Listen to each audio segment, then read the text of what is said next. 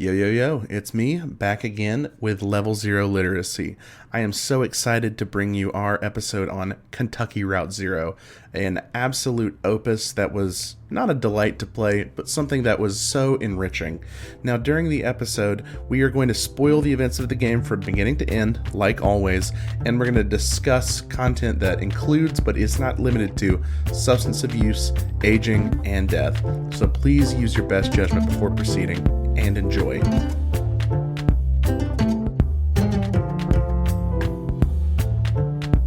Hello folks, and welcome back to Level Zero Literacy, where today we are collectively upping our horse girl levels by 1. Yes. As always, I'm joined by my handsome co-hosts Buck. Form a union. And Mason. I thought of my mom yesterday.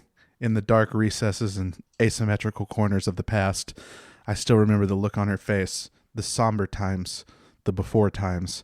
We are buried with the past here. I have built a monument of what things we tried to remember, what things we tried to retain and keep. Also, my mom meant a lot to me. Do you know why? She used to collect jams and jellies. It's the first memory I have of her. How much of this did you write down? I don't want to talk about it. Also joining us today, we have a special guest. It's John. Hey. Hi. Thank you so much for having me. We have a couple questions for you, John, that we ask customarily of any first-time guests on the show who plays a lot of video games. All right.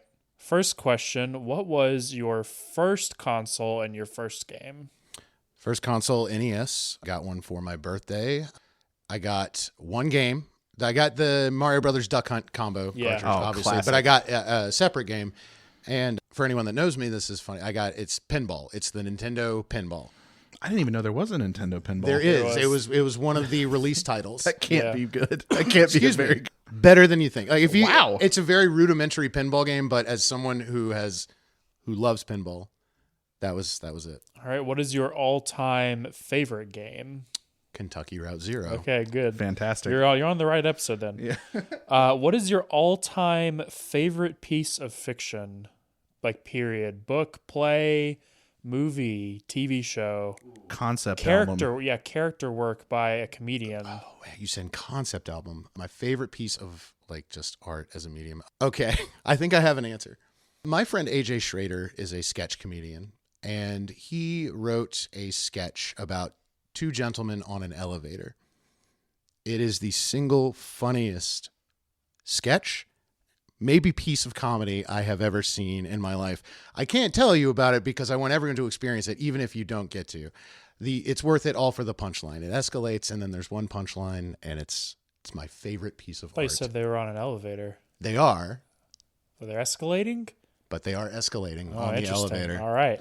All right. You got me on that one. Is it posted online somewhere?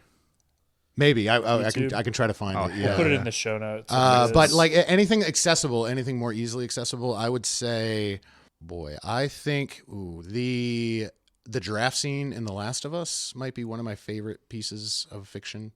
Just that moment. Yeah, that's a in the good game. choice. That's a good pick. God. All right. What is the worst game that you still love? Oh man, the worst game that I still love. Okay. Like a game that's critically panned. Oh, a game that's critically panned. I But was you going to say, but you all don't right. care. Something that's close to your heart, even though it might be cringe or low quality. Okay, I cliche. do. There's a game called SWAT 3, Close Quarters Battle. SWAT 3 Close Quarters Battle. Yeah, Wow. you're a cop. You play a cop in the game. And again, for anyone who knows me, I don't like cops very much. Anyway, you play as a cop and you run through these different scenarios, and it's just your career as a member of a SWAT team. You can like control other members. Like there are different levels where like I remember there's like a hostage situation. You have to like subdue the suspect without having the hostage killed, whatever.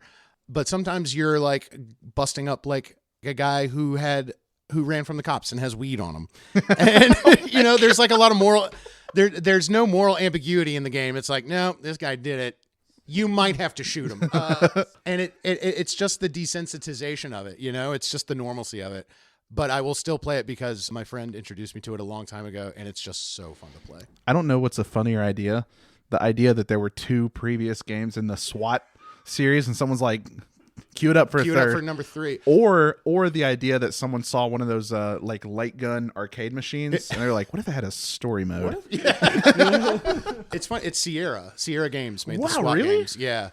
I like their stuff. I like their shooters usually. All right, and last question is, you are given an unlimited budget, time, team, whatever resources you need to make any game on any premise.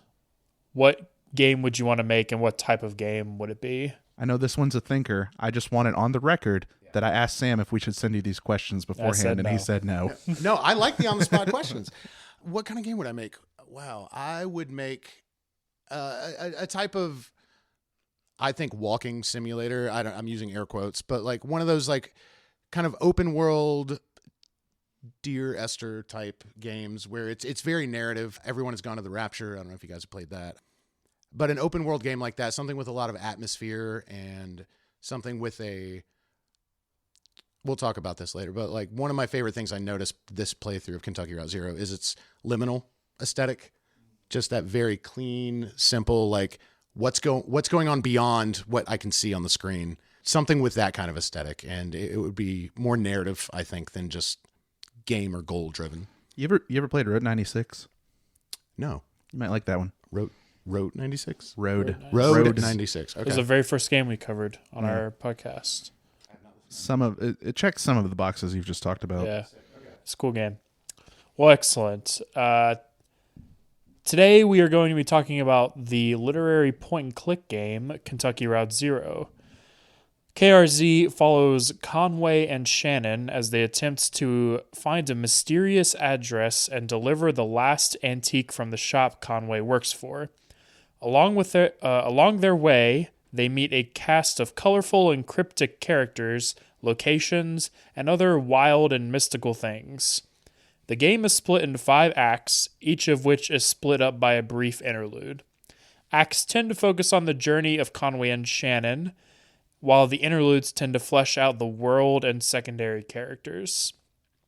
Kentucky Route Zero was developed by a small team who goes by Cardboard Computer and was written by Jake Elliott. Central themes include addiction, debt, capitalism, the creation of art under capitalism, and rural communities. I think I speak for everyone when I say this is certainly the most cryptic and text-heavy game we have played for this show, and I want to lead us into our discussion today with a passing thought that came up while I was talking to Mason about his struggles digging into this game, in quotes. Buck, can I ask you what your relationship to the theater is?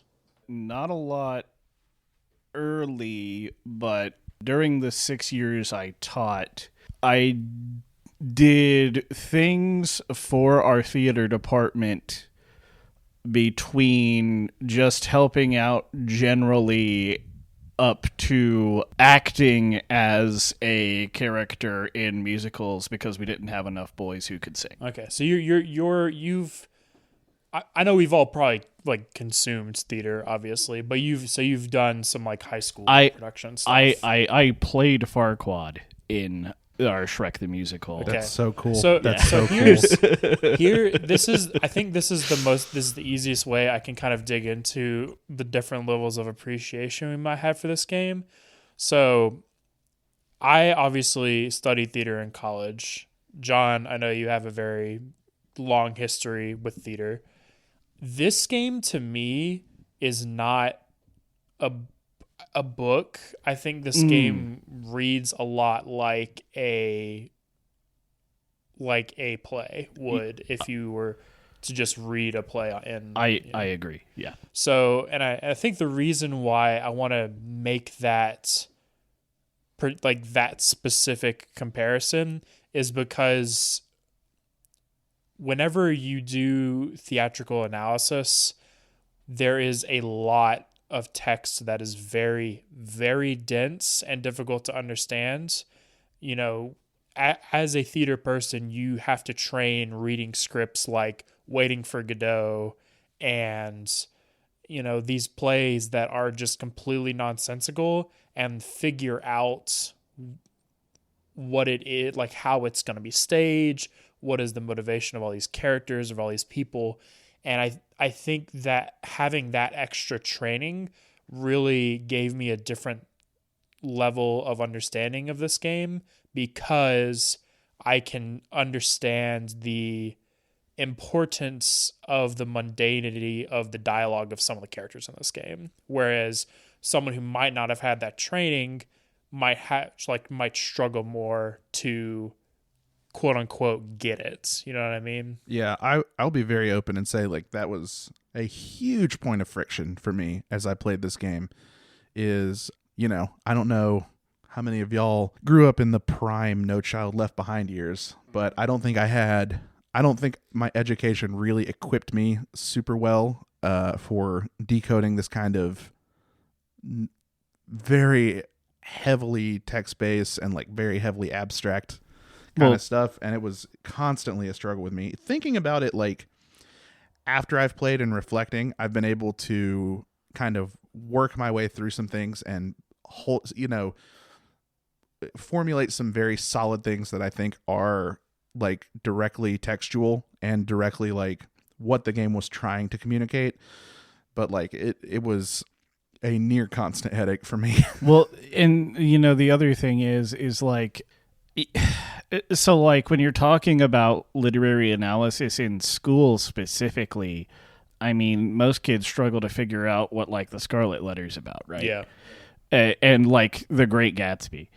To not even get onto it, like I hated The Great Gatsby as a kid because like everyone was terrible, and that was like me getting the point but missing the point of it, right? You understood it, but you did not. You're so close. You're so like, I hate these people. Yes. Yep. Sometimes stories are about bad people. Yeah. It's fascinating that you bring that up because of, like Sam mentioned, I do have a performance background. And from the moment I jumped into the game, I assume, like Sam, you know this as well, there are certain ways to read certain text, especially when it comes to a theatrical production, wherein italices are typically internal monologues or thoughts. There are directions as far as like to whom a person is addressing a certain line of dialogue. There are actions that are in brackets. So when I played this game, when I sat down and played it for the first time after seeing a brief playthrough, I just took to it, but I didn't stop to think, oh, for someone who doesn't understand the technical aspect of like holding a script for a play, I think that can be off-putting. Like you said, that can put you at arm's length, Mason, and I can understand where you're coming from, especially with so text heavy, like you said, in such a cryptic kind of avant-garde language. I can completely sympathize. Oh yeah. By the end of the game, everything was starting to click for me, but it took the entire length of the game. I suspect if we were not playing for this podcast, this would have been something I bounced off of, because by the end of Act 3, I was like, it was like a headache. But I will, I don't want to like just levy criticism. Like I said, and it bears repeating, by the end of the game, everything really, like the wheels were turning in my head, and I do think it's like a very beautiful work. I think this is also something that more people are going to appreciate in retrospect rather than in media res, right? Is that yeah. Yep.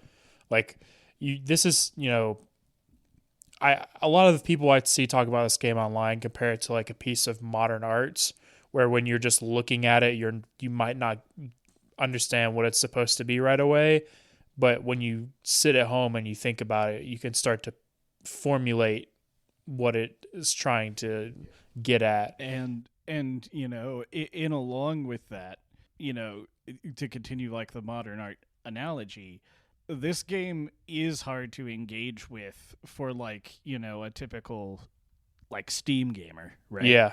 And, it's like if you look at other easier to process video games as like, oh, his name escapes me. But like that dude that just makes paintings of like houses out in the countryside, right? And everyone loves it, but like art Bob critics. Ross? No. I can't remember. Thomas Kincaid? Yes, Thomas Kincaid. People like really heavily criticize him for just making like saccharine. Very simple. Yeah, like it's Easy just to digest. you like this because Sure. it Looks gives you a nice. specific feeling. Yeah. Instead of making something like what Kentucky Route Zero is, or like when people look at like a piece of modern art that's like a urinal or like just one color. People there are levels of, and I don't want to get too pretentious with this, but this is a true statement. There are levels of appreciating the work that goes into that kind of thing that it's harder for like the layman to do. And that's just an education thing. That's not, it's not a fault of a person to not be able to engage with art. And I think that's where a lot of times people get alienated on that kind of thing, is because they think that they are worse, or they are, that the other people that do get it are just like pretending, rather than it being like, it's okay if you don't get it. Let us help you. Let us teach you the ways to properly process the things that you see in a setting like this. Yeah. And if there is one right way to deconstruct any piece of art, and you can even consider like maybe that's why these guys chose to make a video game to tell this story as a medium. So someone who plays video games but may not necessarily understand or appreciate the style of storytelling may give it a shot, and grow. I mean, that's kind of what happened with me. I saw a YouTube playthrough of like the first act, like the very first scene at Equus Oils, and I was like, this is just kind of my speed. Like, I love the art style. I love the dialogue option. So I blind bought it and burned through it in like 3 days. Like, could not stop playing it. Yeah. But anyway. So let's start digging into the game a little bit. I've made a fuck ton of notes. So I think we'll just kind of go through the acts one at a time, and we'll just kind of hit on the main bits and bobs what we want to talk about. So starting with Act 1, we open on Equus Oils. We open on Conway, just trying to find his way. That whole first sequence of just getting introduced to all this stuff. You get to name your dog. Yeah. I think all of us named her Blue. I feel like that's just going to be like the default. You look at that dog and you're like, that dog's blue. name is Blue. That's Blue. And she's a sweet girly. Yeah. Homer? And come on. It's Blue. Almost immediately you get introduced to the first mystical, magical thing of this world, where you go into the basement of this gas station and there's people just playing D&D at a table, and then you turn the lights off and they're gone. I would almost say the first thing that seemed mystical to me was the fact that there's an entire metal horse buried underground that they build a gas station around. That's also how did that get there? Who had the idea to do that? There's a lot of horses. If you were to like pick one thing to be the central imagery in this game, it would be horses. Horses. Yeah. Oh yeah. They come back, and there's a lot of reasons why I think this game is set in Kentucky, but I mean obviously the connection between Kentucky and horses. Quick question. Not ignorable. Have any of y'all been to Kentucky? No. Oh, okay. Have you? I probably have. I have been to Kentucky. The reason I ask is because of the part I saw of Kentucky was by a military base. And the things that I physically saw were directions for how to get to a horse racetrack. Went to a Nashville hot chicken place that was in Kentucky, and strip clubs. Fucking rules. Yeah. And the rest was just like flat and empty. Yeah. Flat and empty. Yeah. Do you want food, gambling, or strippers? Let's or go. Nothing. Or nothing. Or nothing. So the first time I really got confused by this game, I got confused by a lot in this game, but the further it went on, the more I put pieces together. The first thing I got confused about in this game, and the thing that I'm still not even really sure about, is as you're driving around the area of the map, there are stops that you can make that don't have like a scene attached to them. They're just like small little things you can explore. And most of them, I was able to kind of like piece together the intent to most of them. One of the first ones you can find is a museum, but it's not the museum from later in the game where all the houses are. Museum, it's a different museum. And you can go in and there's like some small exhibits and stuff. And I believe there's some books. Yeah, eventually you can just like sneak in deeper and like break a bunch of glass and just like kind of vandalize the place. Yeah. And one of the things that really stuck out to me about this scene is that there's a part where Conway, you can like lean up against it's so dark you have to like lean up either against the wall or the floor. And I remember it because it specifically calls out that it's warm to the touch and that when Conway breathes on it, it causes he can feel the dampness of the condensation. And the first thing I thought is Conway cold?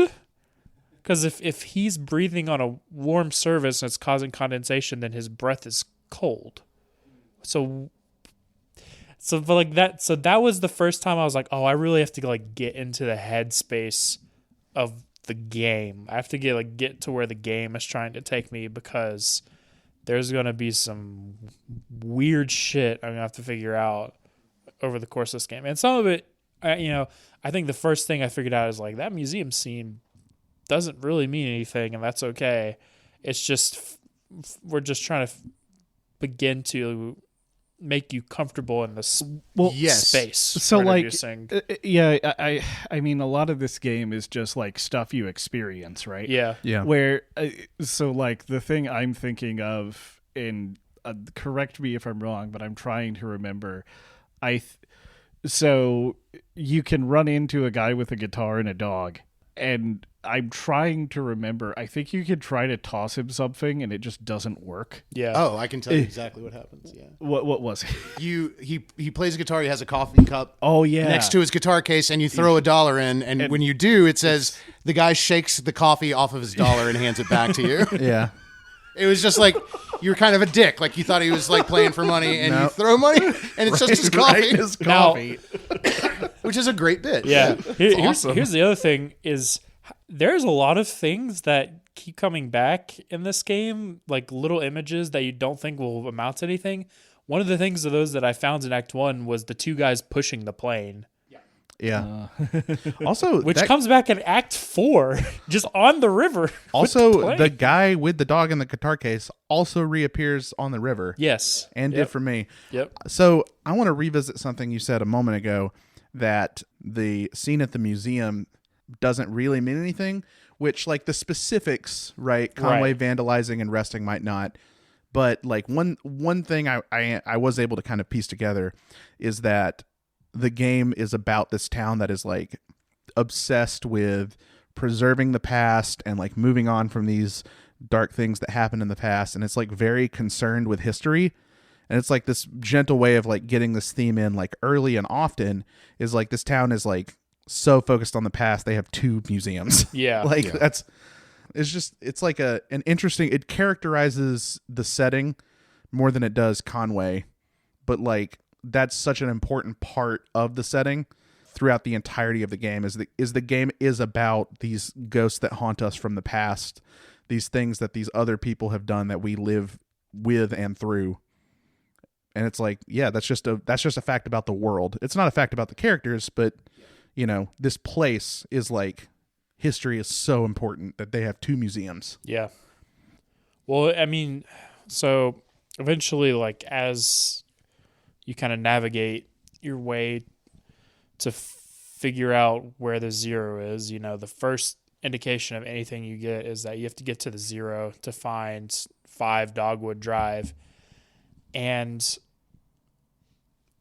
the most grounded scene work to me in Act 1 is the entirety of the mines sequence with Shannon. Thinking back on it now, I didn't really realize how important the mines were to the whole of the game when I did it in Act 1. But looking back on it now, that was them beginning to sow the central messaging of the whole game, and in a way that was really heavy and hard to process. Like that moment where you get to the bottom of the track and it's just where the cave-in is and there's just all those miners' helmets. That's something you would normally experience in, that would be like the climax of a regular narrative game. Like that would be like the big reveal is, this thing that happened. And that is one of the very first things that you experience in this game.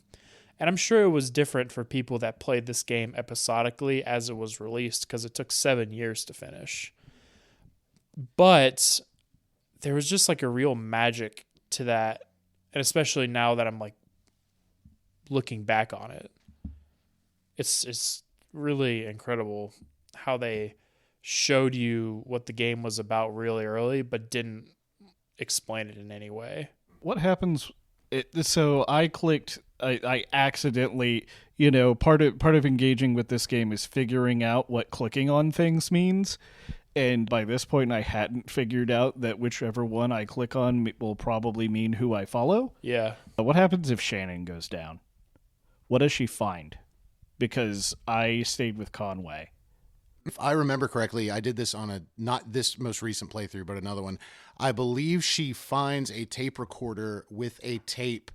Did you guys got to the conversation where Shannon is talking about her parents versus Weaver's parents? Yeah. Weaver's parents were high class. They were lower.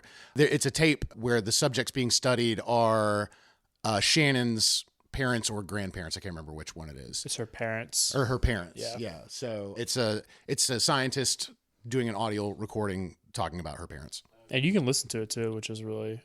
Yeah, which is fascinating. And I was going to ask, like, the mines do have a lot of like little neat stuff kind of tucked away. I know on this most recent playthrough, I did not explore everything because this was like my 4th time, I think, playing through it. But I made sure to hit up like the highlights. Like you get the song in the mine with the ghosts of the miners, which just it's get very, goosebumps just talking about very it. Yeah. good. The cave-in with all the mine helmets, and then the tape you find at the end of the track with the like very garbled recording. Those are the most like, yeah. I loved all the little knickknacks that the miners left behind. God, the fact that it's like, the company sold them just pieces of garbage so that they could feel more like people when they were down in the mines. Just, oof.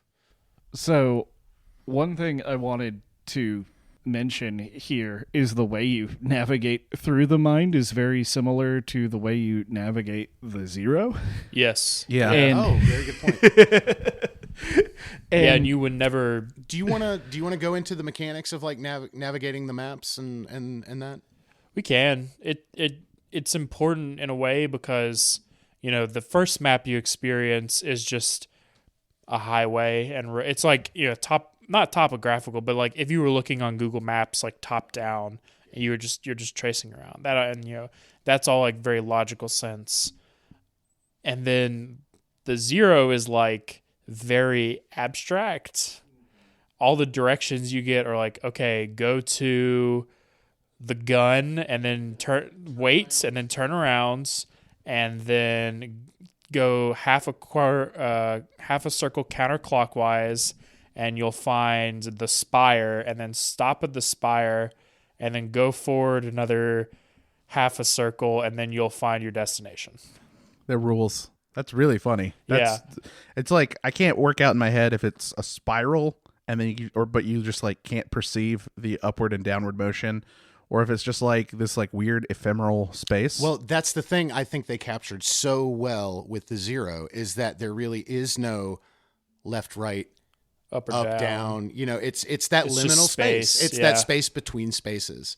And like sound in the static, like the first song. Here was the other thing I loved about it is that, this game's a lot about rural communities and navigation, obviously.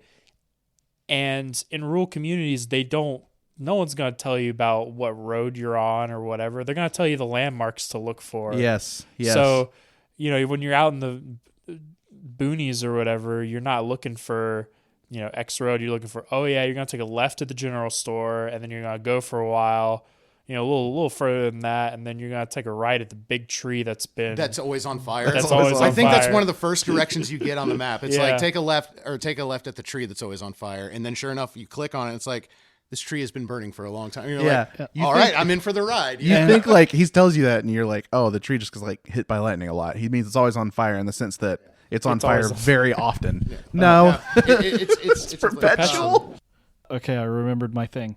So the first thing was just a general observation about media that's starting to frustrate me is we have played less than 30 games for this podcast, and a large majority of them put workers' rights front and center. Yeah. When Based. like the vast majority of all media does not do that. Yeah.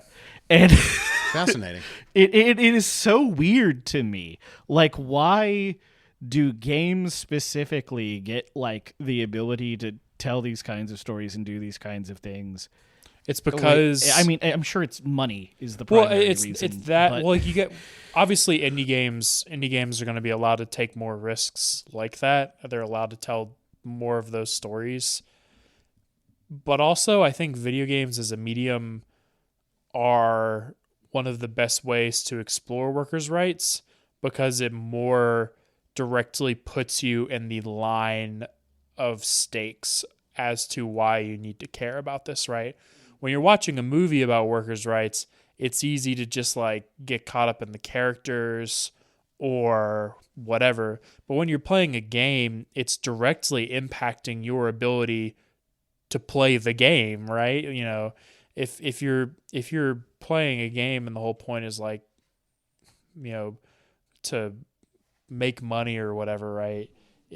And you're starting off as a poor person, then you have to get some amount of rights to make progress to proceed. You know, there's different ways to do it, but like it's something that when it's used as a game mechanic, it can actually elicit an emotion or a response that you might not get from another form of media.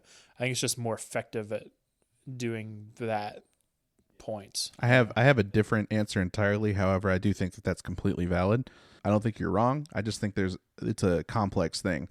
I think video game designers have like labor rights and job security and like how they get treated on their mind a lot more than creatives who work in other fields. Notwithstanding the last year and a half or so when we've had this big AI scare, if you get hired on as a writer at like Paramount or NBC or even like Sci-Fi, that like you understand that there's like a very good level of job security that comes along with that.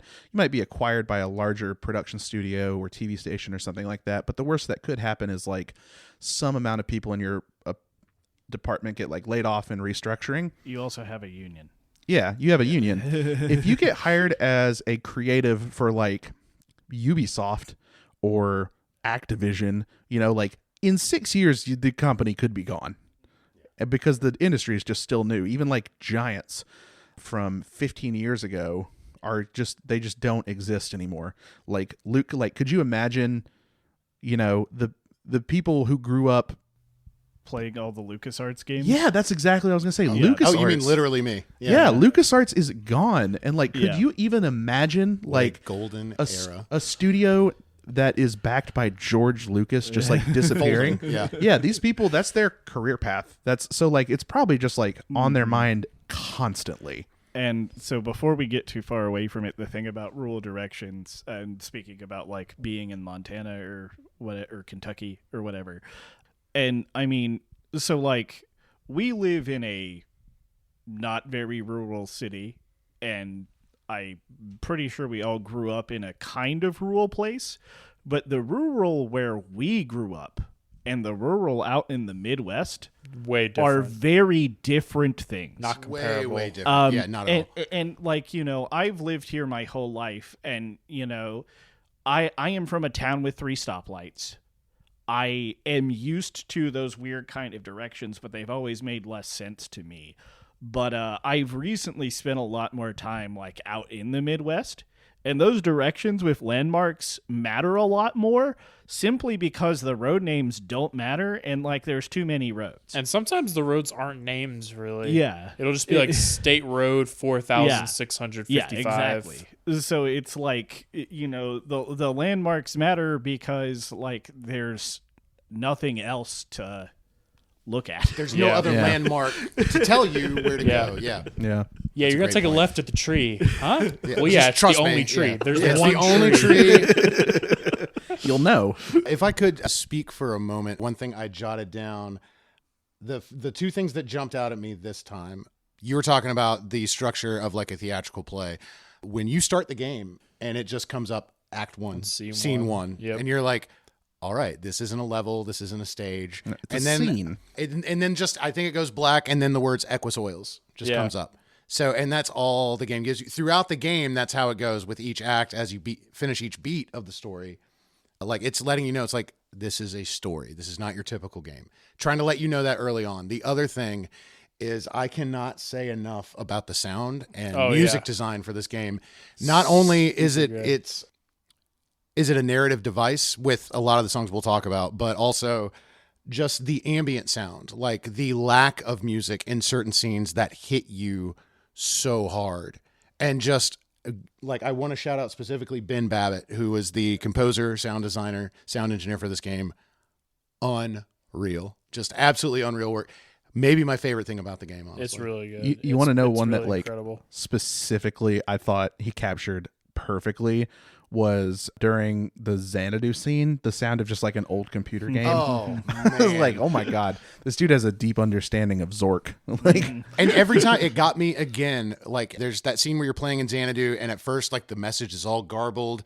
You can tell it's trying to say something, but you don't know what. The first time you unlock it by doing that remedy, whichever remedy you pick, and like the screen comes in clear, I did a fist pump. I was like, yeah, like I was like Matthew Broderick in War Games, like, yeah, I hacked it. I got the computer game working. Yeah. So the only other thing on Act 1, if anyone wants to touch on it, is your first encounter with Weaver, probably the most cryptic character in a cast of very weird. cryptic characters. Yeah. Weaver Marquez. When I was thinking about it, when I was like thinking about that scene again after finishing the game, the scene where you first meet Weaver Marquez after you drop off the at the house, going to the house, TV at her house. Mm-hmm. I was like, I wonder if she was just hacking into the TV's airways like she does at the TV station. And that was just her. She wasn't there physically ever at any point. And that was just Conway's. Obviously, we're just like at this point in the game, we're just seeing everything through Conway's POV. So that would him like seeing her on the TV. He just like shortcutted to like her actually being there. I think the most interesting counterpoint to that is when you walk in and her house is dark and you turn the light on and she's just standing there. Yeah, her car is there. It's true. And when you go to leave, the car is gone. It's true. It's really. I mean, and I like that there's like no real explanation of what's going on, but like once I learned later in the game that she had like hacked the airwaves as a way of communication, I was like, is that what was going on in Act 1? I don't know. It was really cool. That's yeah. That's, and I think that's why Shannon worked on TVs. Like she was mechanically inclined, she was always working on stuff. I think she had some idea or something, but Weaver was onto it because of her parents. Yeah. This is a game about death and tragedy and the space between spaces. Yeah. Isn't it wild to think about that the first image you zoom in on as you're going to drive on the Zero for the first time is the neighbors. It's the horses. Now like looking back on it, you're zooming in on the barn because the barn I think is where like either that portal is, like where that channel goes. Yeah. Because you remember in Act 5 when you go in the barn, that same barn, if you walk into it as the cat, like you get that like swarm of like almost like black locusts or something. I think there's a connection there with that barn. It's weird. Yeah. And before we leave Act 1, I don't have anything to say about it, but shout out to sticking your hand in the tanks in the gas station. That's really funny. That's a very fun. It almost turns into like this text-based horror game. It's like the employee picks you up off the ground, is like, don't touch the eel. Yeah. Why did you do that? Why did you do that? You can do it again. Yeah, and then you do it again. I like when you just you like stick your hand in. It's like it's like a bowl of flesh. What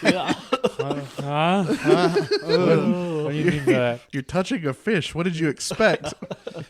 So it's really good. It's awesome.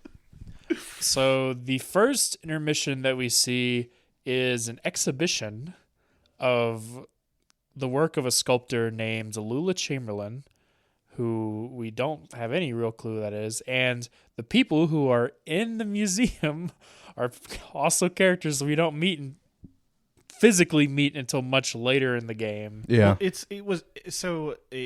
Correct me if I'm wrong. It's the folks you saw playing D&D, right? Yes. Yes. Same trio. You see them playing in D&D. You see them in this museum.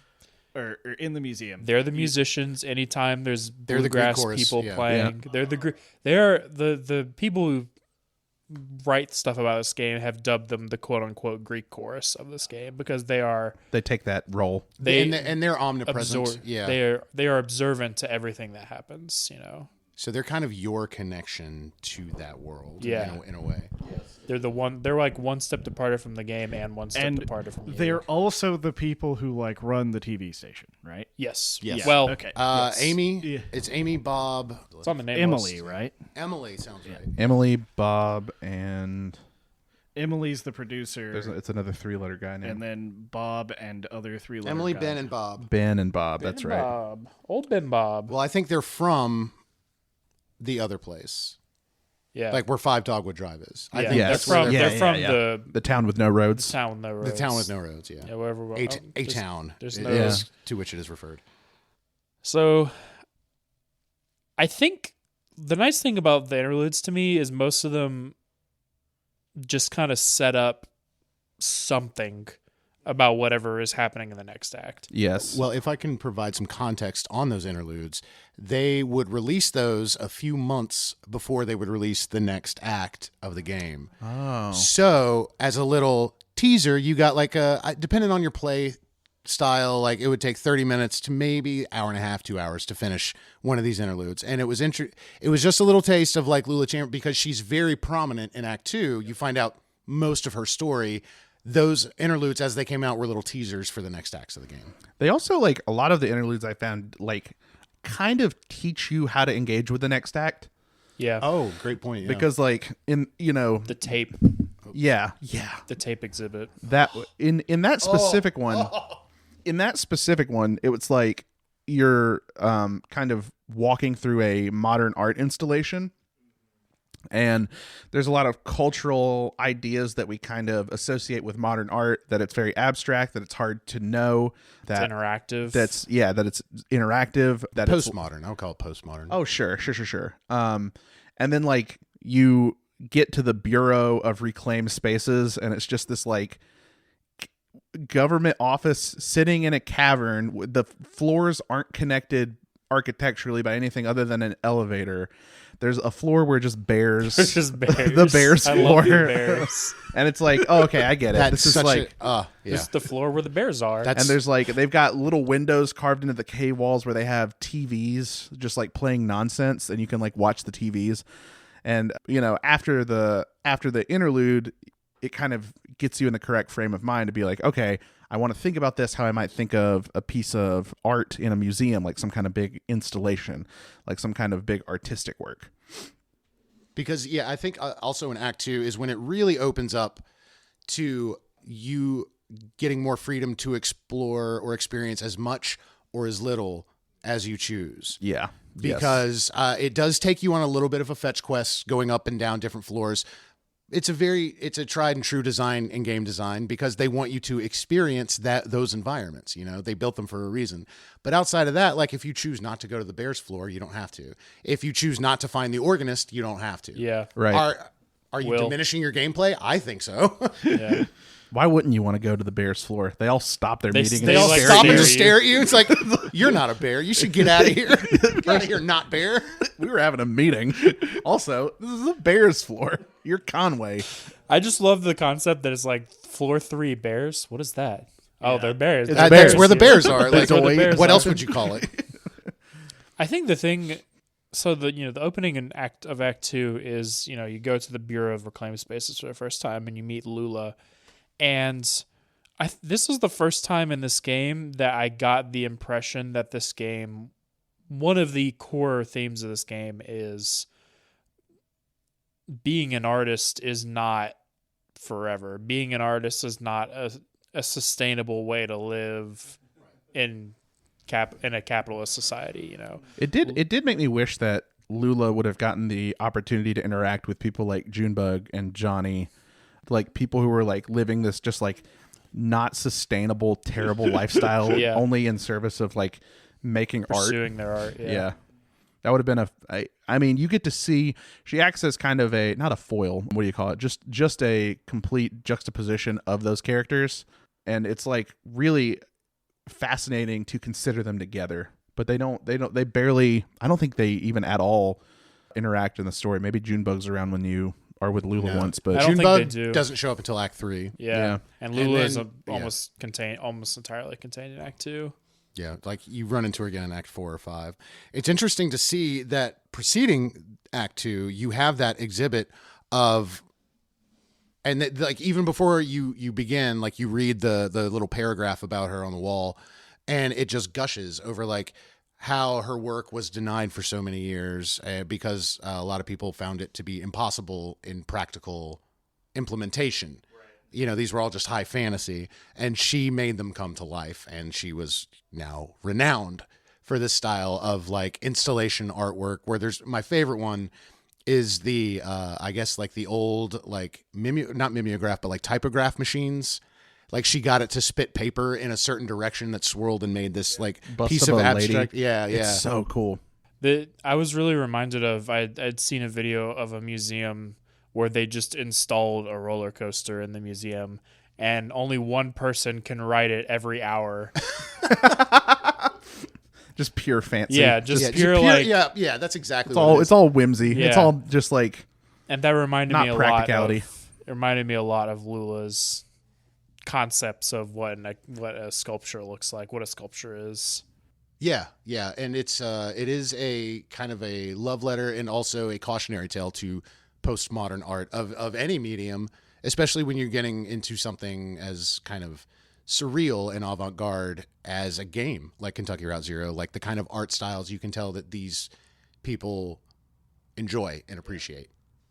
I was just glad that, I don't know, there was something a little cathartic about seeing someone who was an artist, and maybe cathartic's not the right word, but like was an artist and like made it as an artist, but now is, relegated to this life of corporate mediocrity just to fill in the gaps to retirement or whatever.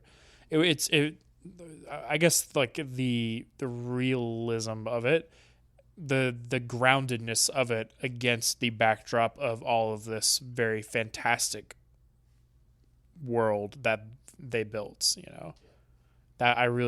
that was what I appreciated about it. Yeah. One thing I also want to point out is that I believe it's at the end of Act 1, there is a small cave-in in the mine, and Conway gets his leg crushed. Yeah. So until you can see a doctor, Conway walks with a limp. And when I say walks, I mean he walks. He limps. And it struck me just this time of like, what a brilliant game mechanic to force you to slow down and take in the art or the environment, the choices you're making, things like that, to like really like, oh, well, I can't just zip through this. I really need to like put some weight behind your decisions, not just arbitrarily like click through, because it takes you forever to get there. So like you want to make sure that you're sure this is the thing you want to be doing. Mm-hmm. I'm sure I want to keep running around in this stupid bureaucratic circle they have me going in because it's a little funny. I also do love that in Act 2, Conway gets to breathe as a character a little more. You kind of see shades of who he is as a person at the end of Act 1 or in like a little bit in the middle of Act 1 during the exploration of the mines. During Act 2, he and Shannon talk a lot more because there's just a lot more in between time. And this was the point for me that he opened up a lot about his previous boss and like what the antique shop means to him.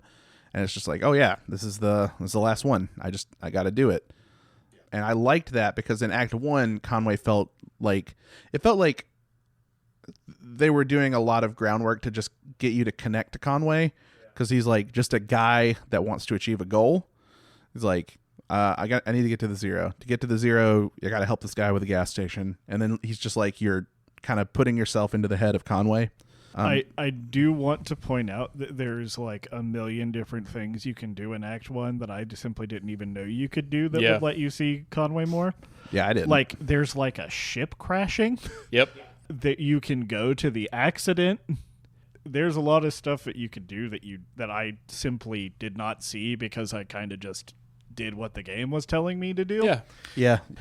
And that's okay. It's a valid way to experience it. I was the exact same way. That's what I mean. I'm sure that like if I replayed Act 1 and did all the little clickable guys on the map, surely there's more space for Conway. But for me, I really got to feel him as a character that is not just a vessel for my choices in Act 2. Yes. And it was against a really cool backdrop. Thankfully, it was with the more kind of mystical, fanciful kind of part of the game.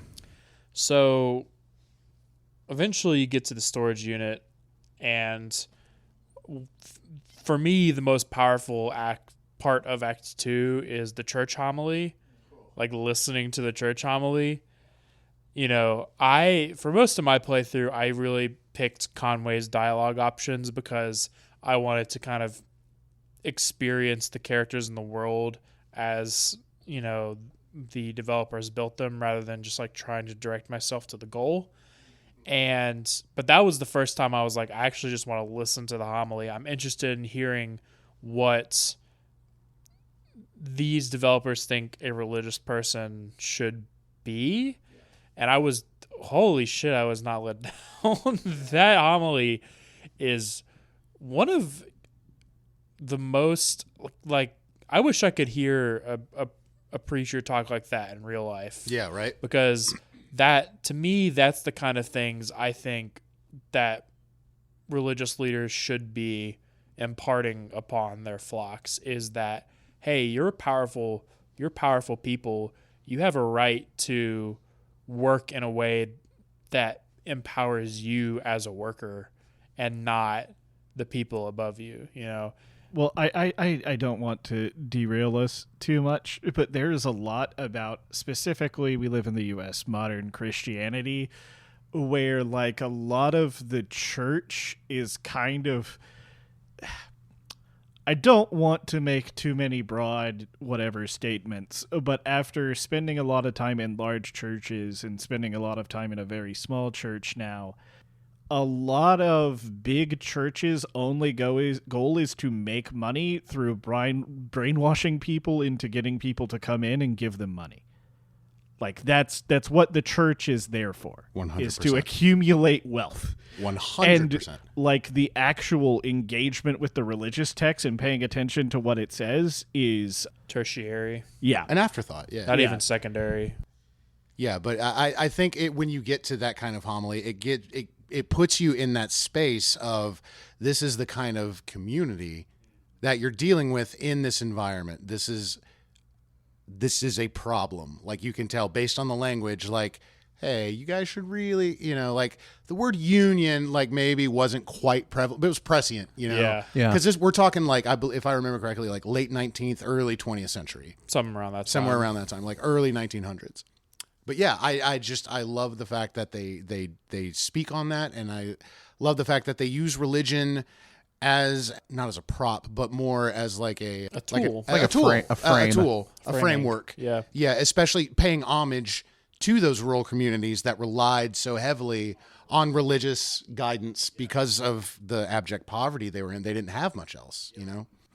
I do think that it is a fantastic little flourish of the writing that all of this powerful sort of stuff exists in game in a storage unit, which is where, like, keeping in line with what I believe to be like the main sort of theming of the game is a place where kind of the past goes, the excess, the things to be forgotten, the things that don't affect kind of everyday present life. You know, a lot of like what I know about storage spaces, and it's like you inherit a lot of things from your grandpa or whatever, and you don't want to throw them away because you know they're important. So you just, you know, get like a cheap storage unit and throw them all in there. Yeah. And then they get forgotten. Yep. Well, I mean, I love that you kind of walk up and the janitor's like, yep, church is about to start. They don't have a pianist anymore. They don't have a preacher anymore. And they don't have a parish anymore. But it's time for church. So I'm going to do it. I'm going to play the tape. I'm keeping the lights on. And you even ask him, it's like, that's funny. Like, you still do this. And he says, like, just feels like something that needs to get done. Yeah. And I'm like, what a perfect answer. It's just, just felt like something that I needed to do. And I just love that, you know, like the small act of a routine, like if that's the only thing that, like, that could be the only thing that makes that guy feel human anymore. Is like this one little thing, you know? And I just love that. Like you said, like this stuff that's oft forgotten or put away, not necessarily thrown away, but off your hands. Yeah. And you have a person here, like the living, air quotes, living embodiment of that, of just someone else, maybe also forgotten. So eventually you end up back at the bureau. You are given directions to a doctor who can help Conway with his leg, and you find yourself at another museum, not related to the first museum you can find. And there are a lot. I want to hear thoughts. I want to hear thoughts on this. There are a lot of special moments in this game. There's so much going on here. When I walked into that museum and I was like, and I got to the roof. Oh, with the with the neighborhood. Thing. Yeah, and I was like, this is so fantastic, but I'm walking through this neighborhood where I'm a stranger, and these people can see that I'm clearly injured, and no one will help me because I am unknown to them. Well, so it's funny, right? Like, there's lots of ways to think about this museum because, like, if you walk up, some people will talk to you, but it's also like, you know, I think one way to think about the museum is like a modern housing development, right? Yeah, correct. Where, you know, cookie cutter houses and row houses, yeah, and shanties. Like, you know, you're walking in and you're a stranger, and most of the people aren't going to want to engage with you because they're just there living in there. Yeah, but you know, I will point out that the ones that do have a story to tell, and they will communicate with you because they want that story to be known about how they wound up there or how they were treated. You know, there was somebody telling you something, you know, like anyone who would engage with you had something important to share. Right. Do I remember correctly that the museum is a bureau project? I believe that's correct. I think I read that at some point. And I was like, oh, they just like put up a bunch of houses. You know, they successfully reclaimed it. They reclaimed it, and then they built houses on top of the museum. They made houses in the way that only government bureaucracy can. Right. Badly, yeah. Or at least like the way that we know it to be. And then you go to the woods. And then you go to the woods. And you have this really awesome little scene where you're walking through the trees and everything kind of blurs in and out. You meet Julian? Yeah. Julian. The giant eagle. The Julian flight. That's Ezra's friend. I didn't write it down. I usually write down the song. But yeah, there's a great song that plays again. It fucking rules.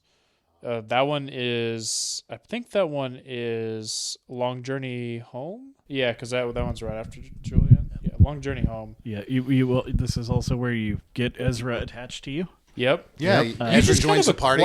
I love that this whole game is just you acquire people. Yeah, your party just grows. But you really only play as like 2 or 3. You only play, Yeah. Mostly Conway and Shannon. But yeah, you get Conway, Shannon, Ezra. Sometimes Ezra, sometimes Junebug, sometimes Johnny. I love, like, even in mid conversation sometimes with the dialogue choices, like, You're just like, love that. I want Shannon to say this now. Yeah. Which is cool. So you finally get to the 0. And you get stabbed with some drugs, and that's the end of Act 2. That's the end of Act 2. Yeah. That was some of the coolest. When you get your leg repaired, it's the power company, right? So the power company owns the drug that is administered to you. Well, they own everything, right? Well, they own everything. They own everything. But they do own the doctor is practicing for the power company, and the drug that he administers to you is also owned by the power company. And he even points out that it's trademarked. Oh, in the conversation, like in the dialogue, it says TM next to it. He says Norhypnol TM. Yeah. I won't. Fuck it, let's get into it. All right, so we got to hold on. We got to talk about the previous interlude, the play. We're gonna talk about. Oh, the entertainment. Yeah, because then it ties into what happens once you receive medicine. Okay. Yeah. All right. Sure. So the interlude that happens between Act 2 and Act 3 is called the entertainment, and is basically just you sitting and watching a mid-tier college production of a play that they're doing immersively, like as if it were actually at a bar, but all these characters are actually real characters that exist in the realm of Kentucky Route Zero. You just don't know that until much later. And at some point. And like the person who wrote the play is Carrington, right? Yes. The person who wrote the play is Carrington, and then the three, like the art lady and the other college dudes had something to do with the play, right? Yes. The bartender's just the bartender. Yeah, but I'm pretty sure Lula did the stage design, is what I mean. That is correct. Yeah. I wanted to. That is correct.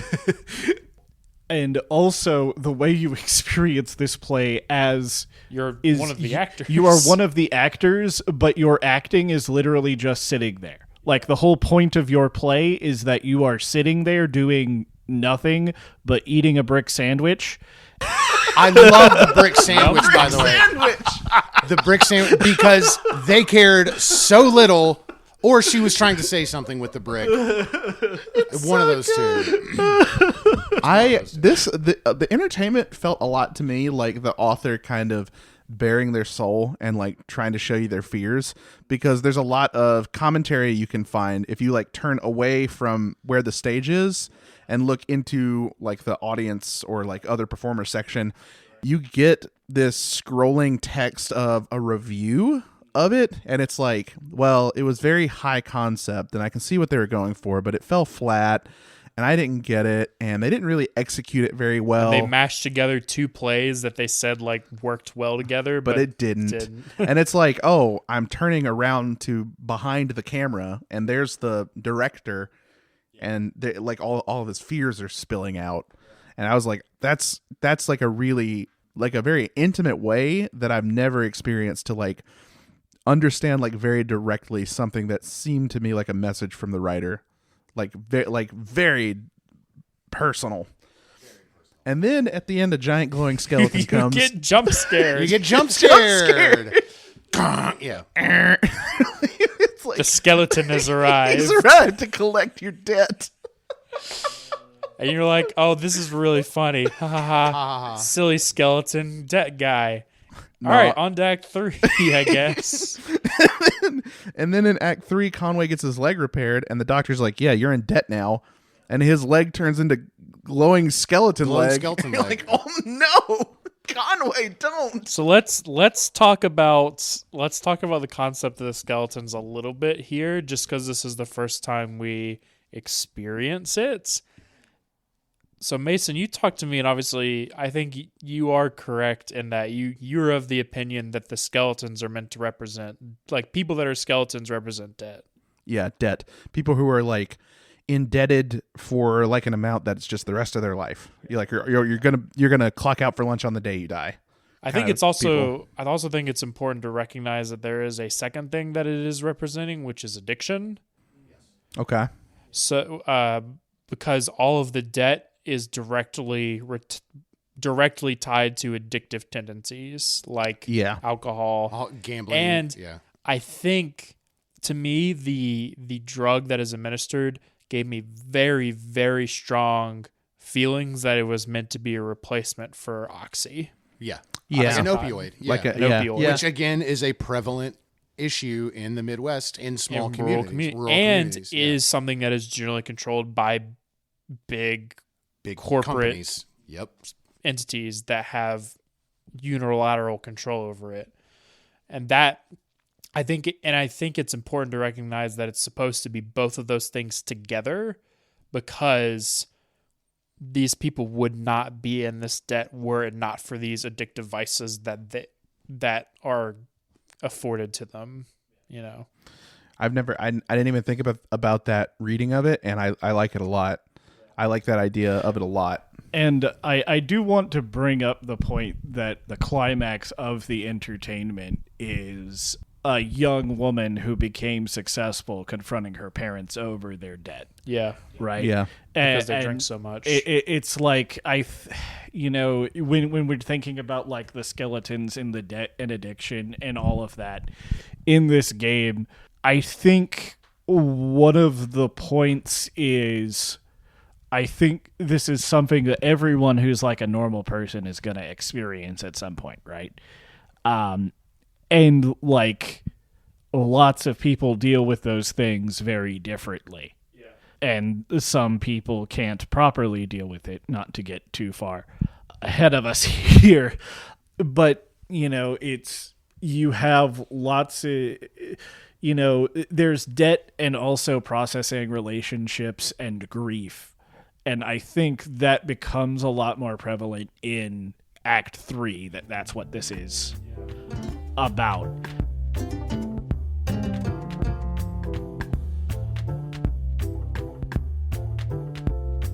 Hey, it's me stopping in at the end of hour 1 of this episode to make sure that you're hydrated, seated, doing well, prepared for the second hour of the episode.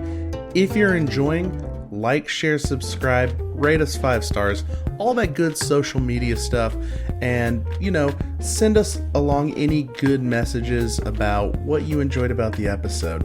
Anyway, I'll throw you back.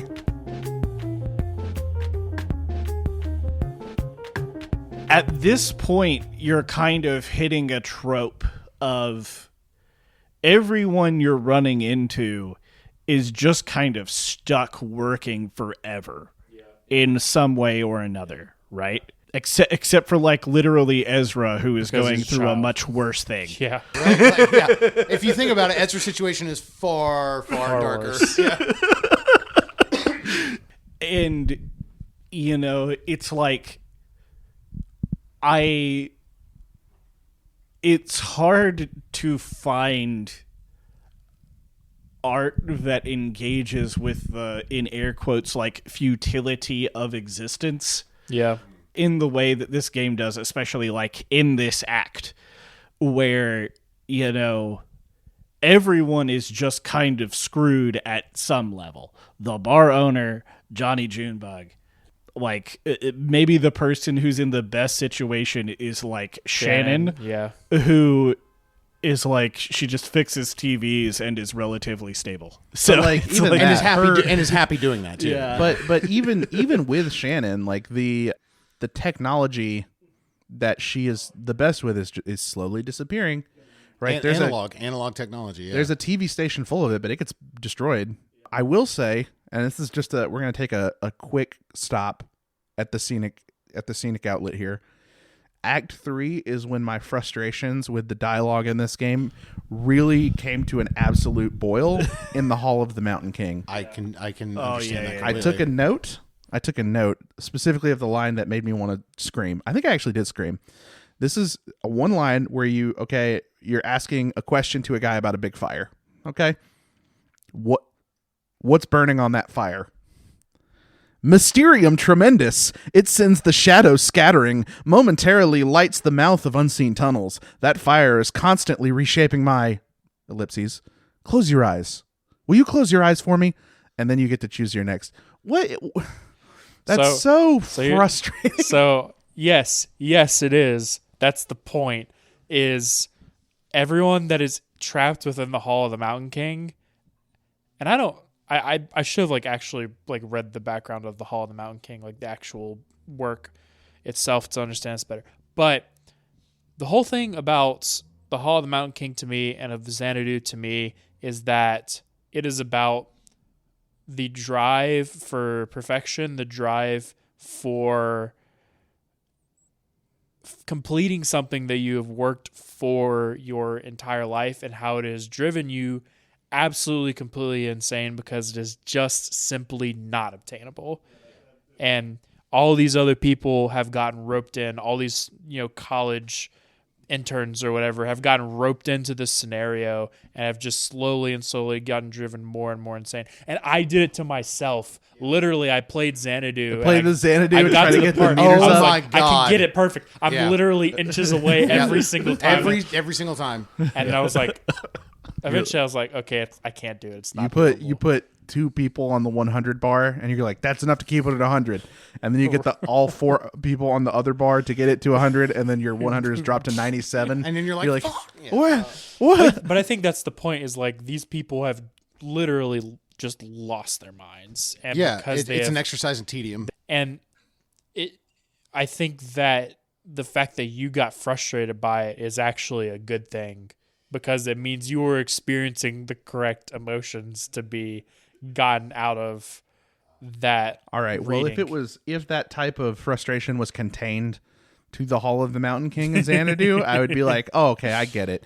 That was happening the whole fucking game. Yeah. Where you're like, hi, Philip, where's 5 Dogwood Drive? Oh, you'll need to go to the 0.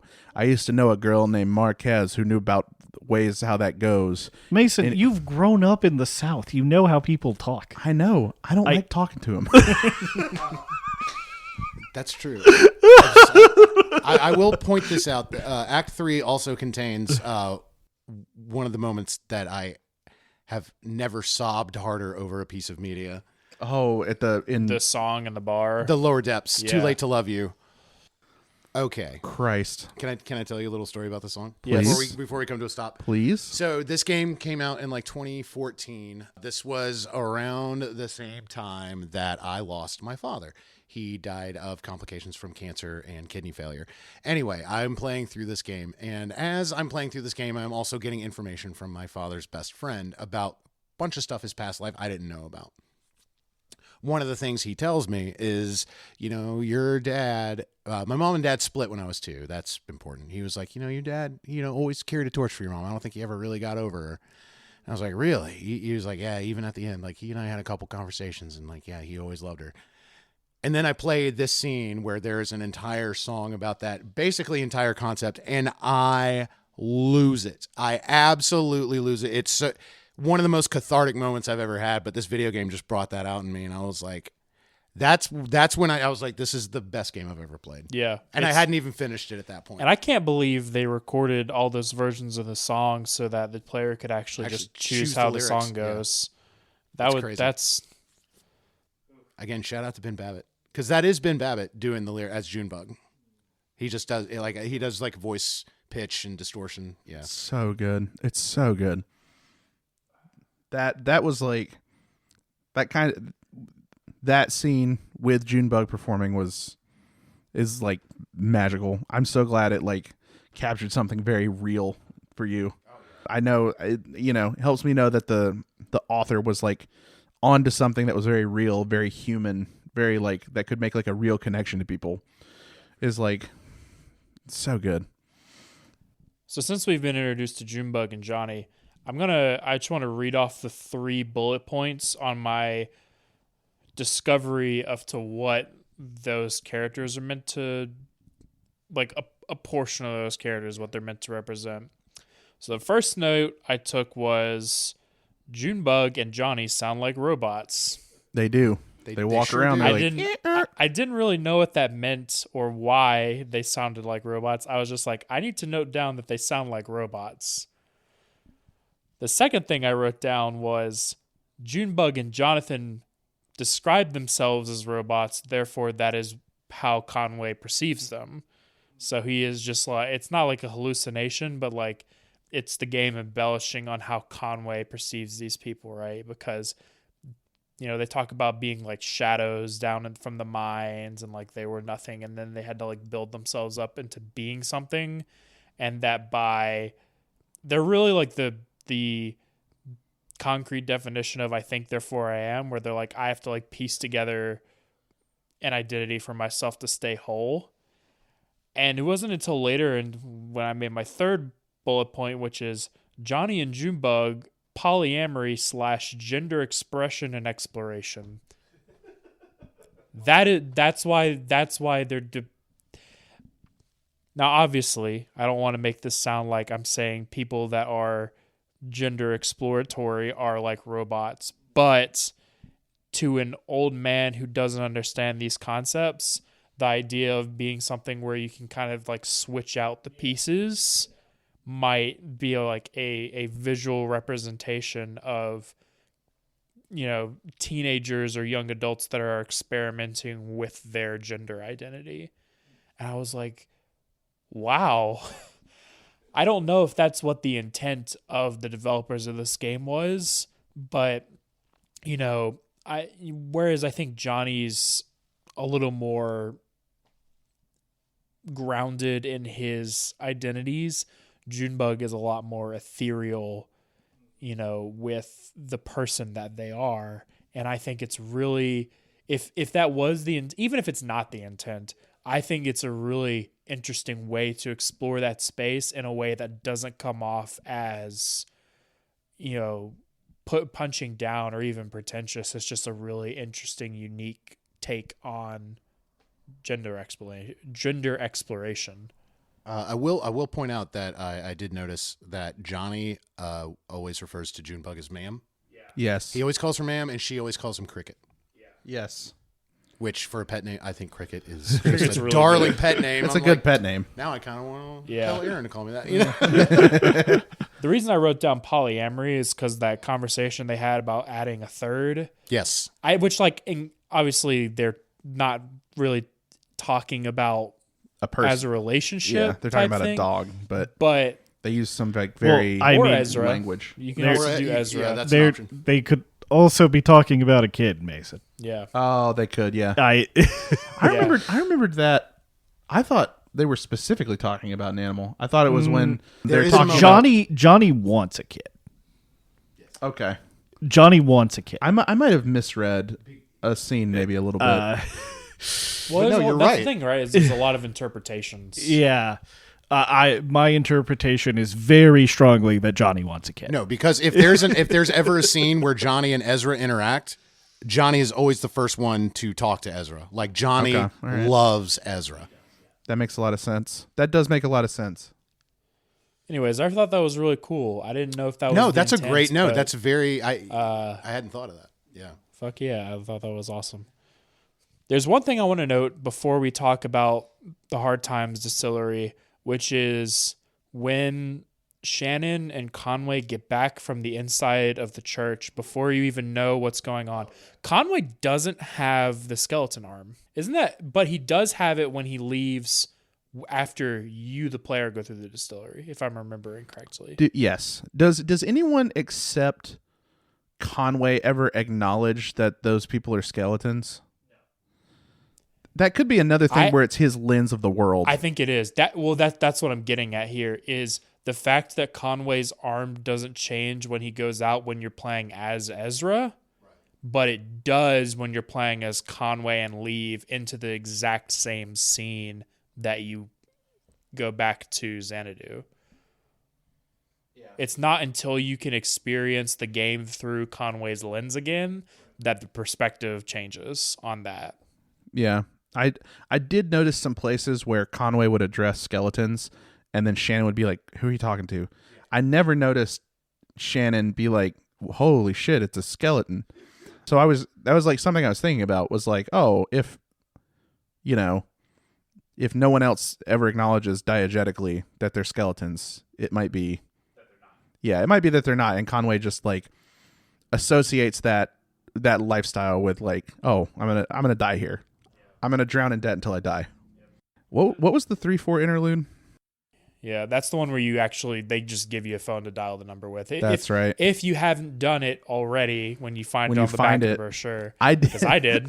I found the brochure and I dialed the number and I was like, wait a minute, that's not a 555. Haley, we got to do something real quick. Yeah, anytime I see a number that's not 555, I have to try it. Yeah, and it's a Kentucky area code too. So that was another really cool here's part. the wild thing. They did this weird ARG in between Acts 3 and 4, I remember, where they were auctioning off these they claimed were haunted telephones. Like, you can speak to ghosts. And they actually put them up. They had like it was like an ARG through their website where they had like a fake shop at home kind of channel where it was like, and they had like the phone on a little display thing. You could actually buy the phone, and all the phones sold for like hundreds of dollars, but that was like a fun little thing, like, to hype it up. And I also want to shout out the narrator for Here and There Along the Echo, Bonnie Prince Billy, who is an amazing songwriter and actor. He does a phenomenal job with this. Just phenomenal. This was where I figured out, because the whole time I was playing this game, I was trying to figure out what it reminded me of. And I told y'all in the podcast chat, and I'm like, what does this feel like? And, I don't want to sell it short if people who don't like this podcast see this comparison as bad. But this game feels a lot like Welcome to Night Vale. Yeah. Yeah. And, like, some people really like and some people really dislike Welcome to Night Vale. But I feel like if you're struggling, like, if you want to get a friend to play this game, I feel like saying it's got like a Welcome to Night Vale vibe. Might either assuage them or dissuade them to play it. But no, I can see, that's very accurate, I think. I don't have like a very deep understanding of Welcome to Night Vale. I have heard a few episodes and I'm like, oh yeah, it's this like story with fantastical elements about people trying to lead normal lives. Yeah. So, well, it's kind of like a horror podcast, but the horror is not like the focus. The fact that there's a dragon is the mayor. Before we get too deep into this interlude, which I don't think we'll really get too deep on, does anyone have anything they want to talk about the Hard Times Distillery? Because that scene, there's a lot that happens. The boxes or coffins? The boxes are coffins. Boxes are coffins. They just had a delivery driver die, and they won't tell you why. Yeah. But like they sure are keen to replace him real quick. Yeah, it's very clear he was drunk driving and died, but it's like, oh, he had an accident. His ways caught up with him. These things happen. These things happen. It's like, okay. I particularly love that when you're Ezra going through the graveyard, you read the gravestones, and it's like, a date, and it's like fruity and upbeat, and you're like, what? And then you go to the next one, and it's like tastes of pine and herbs, and you're like, are they eating? Right. Are they taking people up and eating them? What is happening? That part has always confused me because there's one where you come across that says a sense of foreboding. Yeah, that's the flavor profile. And then you go down into the distillery and they're like, yeah, we before we built the climate control thing, we had to put the coffins. We put the coffins in the cemetery to cool off the booze, and that's how we did it. And you're like, oh. Okay, that's much less bad than cannibalism. Yeah, right? Can Still I talk? Not great. Can I talk at length about the distillery? This is where the game became real to me. Yeah. Like, this is where the game became very, very real to me. That scene where you can just reflect on all the shit as Conway. Yes. And it's just like, I'm going to say this with the context of the rest of the game that we haven't kind of dove into yet. But like, I am someone who alcoholism has touched my life. I'm sure I've joked about it with all three of you, but I'm not going to go into it very deeply to internet strangers. But like, I've heard someone describe alcoholism or any other kind of addictive personality to me as like, it's something you don't cure. You just hopefully have longer periods of time before the relapses. And like, understanding the significance of Conway getting the first drink, and then it just kind of signs his death warrant. It starts him on this like horrible spiral where he leaves the life of everyone around him to go try and make amends for himself, it's like such a huge scene, because it's like, you know, the skeleton is like, here, have one of our top shelf liquors. It's a cause for celebration. And then you have it, and it feels like, you know, I didn't press the button, but after a while, with it in his hand, Conway will drink it. Yeah. Yeah, he just drinks it on his own. But don't you feel disgusting looking at that button that just says drink, and you're just like, I was like, I'm just going to sit here. I am just going to sit here. I'm not pushing that button. Conway can't resist. He's an alcoholic. And it's like... Well, that's the thing that addicts say, right? It's like once you're an addict, you're always an addict. Yes. You're just in recovery. Right? Yes, yeah. And it's like seeing all those people that he knew ahead of time, right? If we assume that him viewing people as skeletons is like viewing them as condemned to their vice, to have to live with it until they die, like knowing the whole time he's taking the distillery tour and checking out the bus, and you know, he describes the radio to you and stuff, and then you get back and he's powerless to stop it. That's when knowing that like this is like my main character, my protagonist, the guy I want to see win, and it's just like, no, this is the tragic hero. This is the guy that is, of everyone who is trying to get away from the past, of everyone who's trying to move on, he's going to be the one that fails. Like that was such a hurtful, but like very real thing to me. Yeah. I throughout Act 3 and Act 4, I felt the pain that I think Shannon did as you progress, like, through that. As he gets worse and worse. He gets worse and worse, yeah. Like watching it happen. So Act 4 opens on, at the end of Act 3, you've run through the computer, you've figured out exactly finally how to get to 5 Dogwood Drive, and Lula puts you on a boat that will basically get you the rest of the way there. And so Act 4 opens on you have gotten on this boat, and now you are just traveling down. And I think it's the very base level reading, but the river Styx. I just don't think there's any like other way around it, that is what this is supposed to be, because all the characters say, if you drink the water, it makes you forget. Yeah. And I was like, okay. Well, and so many people are stuck. Yeah. Yeah. Yeah. Everyone. Just about everyone you run into in Act 4 is like, yeah, I got stuck here doing this. Or like someone who is they're not dead. They're like live characters kind of, but like part of something that is dead or failed. Yes. Right. Yes. You meet the bat sanctuary, and it's like the efforts have gone so badly that they're feeding them artificial bugs to keep them alive, catching the real bugs and making them go away. Or the telephone operator, and it's like, yeah, I'm the only one left. I get a handful of calls, and I don't even think they're going to automate me. I think it's just cheaper to keep me here till I retire. That scene was a gut punch. Man, and just looking at this, I mean, I don't even think this game was really made as much with like AI stuff in mind. I mean, I assume it was any of that stuff really blowing up. And it's like, I am a computer engineer by trade. I don't know what any of these people who say they're going to successfully replace people with art, like replace people doing anything kind of like creative or even most normal endeavors with AI. I don't know what these people are talking about. Like, it's not... This podcast is not like the platform to do that, but it's just like, if you understand what AI is and is capable of, it's not going to do any of those things you're saying it is if we don't let them do it. Yeah. But, this is like sort of an imagining of a more grim future of that, right? This is sort of a contemplating on like, how bad could it get?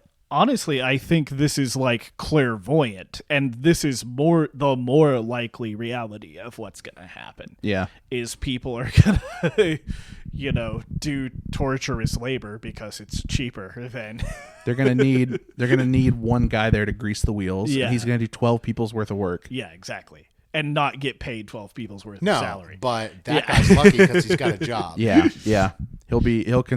Some people will call him the lucky one, but he's just as trapped as the 11 other unemployed schmucks. Act 4 King. So true.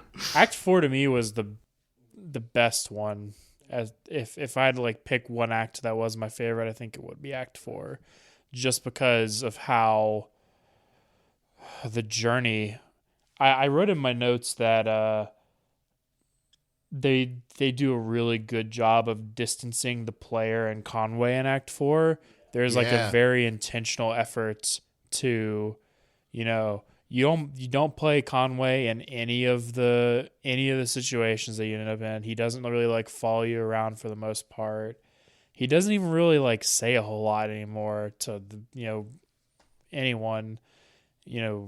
Most of the dialogue he has is at the place where he gets to drink. The things that you see of him in Act 4 are him drinking and being like, I love drinking. Finding a drink. And I think I love how I am when I drink.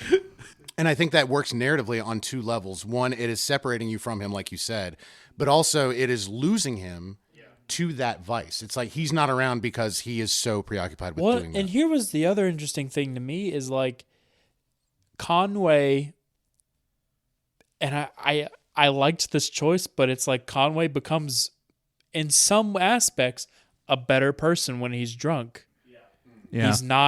He's not depressed. He's not thinking about his past or all the things he's done. He's not hung up on all this stuff. He's cheerful. He's he a little gives more people bubbly. good. He gives people good advice. Yeah. And it's like, I hate that this is the best self he has. Yeah, right. I hate that this is the best Conway we get. Is him having given into his vices. Have you ever seen someone in recovery from an alcoholic like bender? Have you ever witnessed that? Do you know what people are like? Not like in real life. They're usually more fun when they're drinking. Yeah, but it's not. But the thing for me is, it's not even like that he's more fun. It's that he's like a more person, like a more real, like a more fleshed out person. He's not flat. He's. He drinks to escape the thoughts of Charlie. Lizette and Charlie. Lizette and Charlie, the people he's failed. Yeah. The people he's killed. And just he thinks he's killed. Just like someone who struggles with an addiction of something that will kill you, you stop looking for 1 minute and they've left your life. And he's like he's suddenly, gone. Yes. And it's so you don't get to say goodbye. That's a great point. Absolutely. What, and you know what I love about that is he doesn't even it's not even like, oh, his skeleton's on the boat of skeletons now. It's just nope, he's just gone. He's gone. Most people, I don't even know about most people. Like a lot of people will not know what it's like. I think the closest that you can capture the feeling is like if there's a celebrity or someone that has some sort of bond to you, that they die very suddenly of some kind of addiction. I know like Amy Winehouse or Juice WRLD, or there's a lot of actors that have had problems. Chris Farley, like that's like a small part of it, but like really like if you've had family or a friend that has to live like this, like, like you can't do it for them, but you feel like you have to always be vigilant. You're like, oh God, I turned my back for 1 second and like that could be it. I could never speak to them again. Yeah. It speaks to like the realization of a very real and very terrible fear. And I really like the scene that happens directly after in the diner, where you get just two very different explanations about why that shit on the table was covered in epoxy and left there. Oh my God, the half-eaten squid. Yeah. And where the woman's like, I left all that there so I could remember the things that I cooked that day where everything went right. And then the husband's just like, I remember that day when those boys came in, and then I covered that table in epoxy so I could remember the stories they told. And every time I have to be worried if they were just lying and one-upping the other, and I'm going to take a wrong turn and then I'm dead. Yeah. And then that's the end of Salmonitis. Yeah. Oh, yeah. And then Act 4 ends with just another absolute heater of a song, This World Is Not My Home. Yeah. Whew. Yeah. They don't. The soundtrack does not miss. There's no misses. Good all the way through. I want to touch on the Salmonitis scene a little more. Oh, yeah. Because I think it's important. That scene, this is one of those scenes that I think that if you're not a theatrically minded, if you don't have the training of theater, you're just like, this scene doesn't mean anything. But to me, that scene was about perspective and personal perspective. And it was an unraveling to me of that. To me was what told me that up until this point, the things that we were seeing were from Conway's point of view. And now that he's gone, we have to open ourselves up to other perspectives, up to the other ways that these other characters are going to perceive the world, because now those are the people who we are going to be understanding the lens of the story from now on. Right. So that in a way is almost like you're describing like a hard stop of like, hey, Conway's story's over. Yeah. This is our transition at the end of Act 4 into Act 5. Yeah. I to feel me, you. Salmonitis is you as a player have to move on from the story as you understood it, and now understand the story as we're going to keep telling it, because this wasn't Conway's story. This is the story of this thing we're going to show you in Act 5. I also just kind of love how, like, without really having much real motivation other than you just have to keep going, everybody just keeps moving Conway's stuff to get it where it needs to go. Yeah. Yeah. What else are they going to do? Yeah. They've been on this journey for so long so far. And I think that's a conversation you have also near the end of Act 4 where as Shannon, you're like, well, we got to get this stuff moving. And somebody asked you why. And then it gives you several options to basically the same answer of, I'm supposed to. This. Yeah. It's like the janitor. It's like the janitor job at the storage space. It felt like something I was supposed to do. That's a great connection to that. Yeah, I hadn't even thought about that. What I liked about Act 4 is that it taught me a little bit about what Act 5 was about. Because Act 4 to me felt like the power company left this giant physical scar on the earth that all these people filled up with culture and lifestyle and like just trying to live a normal life. And it happens again in Act 5. Act 5 is about this physical scar on the earth that the power company left. And fitting with what I see to be the theme of the game, you see all these things that need to be, or not need to be, but will inevitably be left behind. The power company had left this terrible ecological effect, and people tried to do bat conservation. They tried to create jobs, and now you have a guy whose desk is on his like very nice desk is on the bank of the river, and this telephone switch operator, and they have bars and restaurants, and they have their little village where all the people's lives built up in this hole that the power company needed filled, and now it's just down there underground, and it's forgotten about. It's history. It's the past. And in true Kentucky Route Zero fashion, I tried to visit that village, and the woman giving the theremin concert made me really upset with her stupid dialogue. I was like, Ezra was like, did I do good? And she was like, I don't understand the question, but I guess from a child's perspective, doing good to make good art. I was like, oh my God, shut up. Play your stupid theremin. So eventually we get to Act 4 interlude is Un Pueblo de Nada, which translates to the people of nothing. Town of nothing.